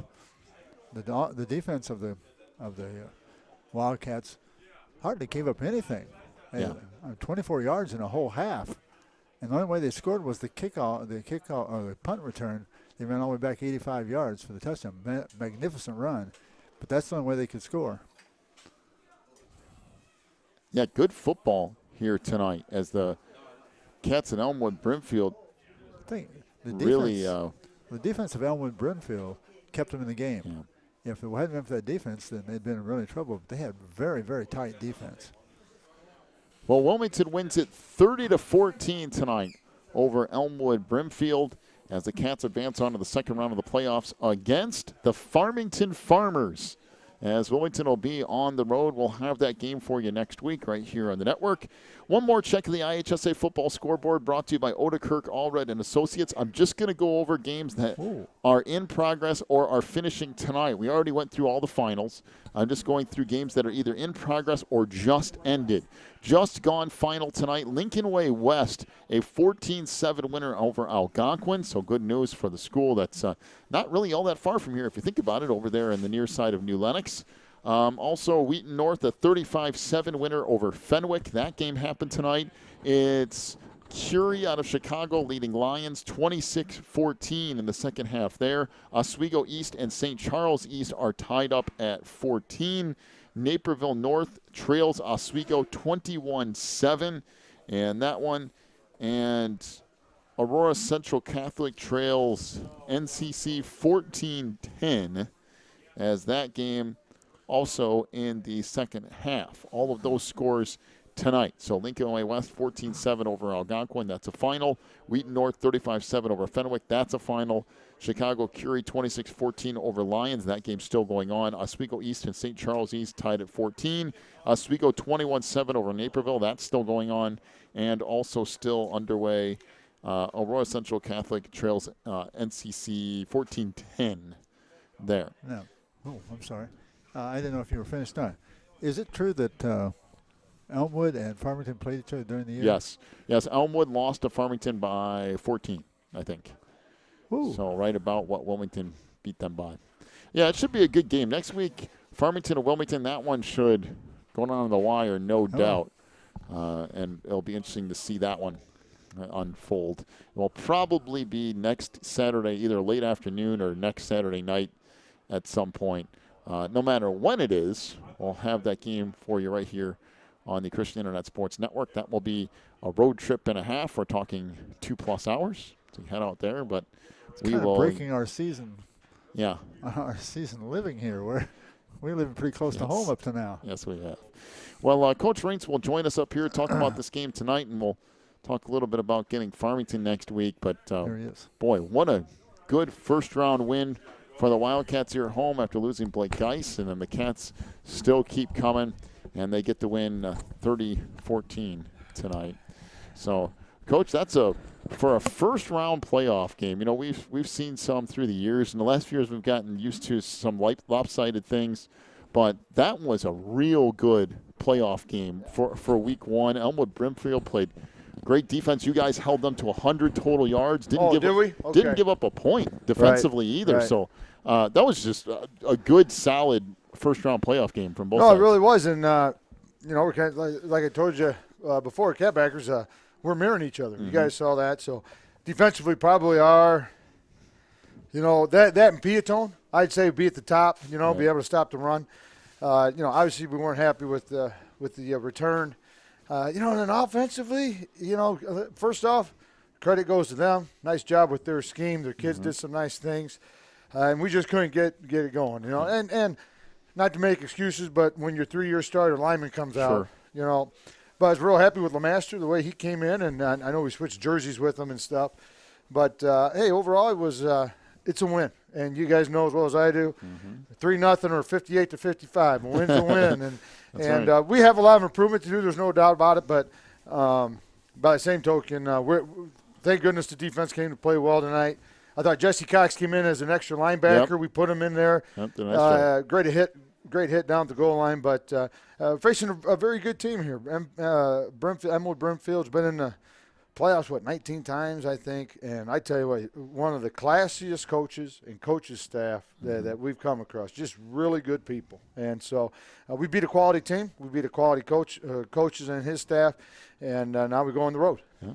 Well, and the other thing tonight, Keaton, there's been certain times this year where we've kind of seen him grow a little bit. Yeah. And tonight I felt like there's a few of those. The one where he goes out of bounds instead of throwing the football into trouble. He has 2 nice touchdown passes. So when was the last time we had a quarterback throw 2 touchdown passes? And I can't remember when that was. Sure. But he had even on the screen pass. I mean, you have to put some touch out there, and it was just a good night throwing the ball for him tonight. It was, and he maintained himself and did a good job. We got to do a little better job blocking, obviously, a little bit up front, but overall, Keaton's all right. He does what he has to do, and so I'm happy for him from that standpoint. I got to tip my hat to our boy Josh Jones. I don't know how many yards he had, but he probably had the most important yards tonight. I mean, when he went in there, he was getting hit 2-3 times, and he was falling forward for 4 and 5 yards. And so he ended up with about 50, which is for him is great. But those are some tough 50 yards right there. And so, but hey, real happy to be moving on, going into the second round, and we'll get time and play, or we'll get the time and what day we're going to do it and everything. But happy we're on this side of it. Well, and you get to go to play Farmington, who is undefeated, and they had a big win over Winnebago already this weekend. And you go from one test to a bigger test, and this same team played them, lost I think by 2 touchdowns. So 28-12. Yeah. So we got a ball game here, and sure but looking forward to a challenge. We'll enjoy this tonight, but nothing like playoff football. All right, Coach. Congratulations on this win, and we'll keep it rolling next week. All right, thank you. All right, so Coach Jeff Freentz joining us here on the postgame show, brought to you by Warren's Collision Center, where they care beyond the repair, as the Cats win it 30-14 tonight over Elmwood Brimfield. As, what a game. In Elmwood Brimfield, Coach Freentz said it, give them credit. They came tonight, they played defense. The offense was a little lackluster at times, but boy, their defense, you want to talk about stepping up, only giving up 30 points despite the fact that Wilmington's offense had the ball for probably 75% of the game. Yeah, I think I agree with the coach. I think along with what's the name from Mantino? No, that's not right. Yeah, Piatone. Except for Piatone, I think they and Piatone have been the 2 best defenses we played all year. Yeah, that was good stuff. Well, and for a first-round game, you very rarely see a first-round matchup like that. It's usually lopsided, but this was a battle. So Wilmington gets the win tonight. We'll be on the road. Farmington, land of the farmers, next week. Wilmington will be there probably Saturday night, but we'll wait and see what's going on with that. And then when we find out times, we'll get all that stuff posted on the website. No matter what, we will have that game covered for you right here on the network. Again, we appreciate everybody who joined us tonight. We appreciate it each and every week, but especially when we get in the playoffs. Your loyalty is great, And we hope that this continues on for a while yet.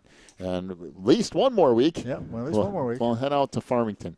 So we'll wrap things up here tonight. 30-14, Wilmington wins it over Elmwood Brimfield. We'll see you next week from Farmington as the Cats move on to Week 2 of the IHSA football playoffs. You've been listening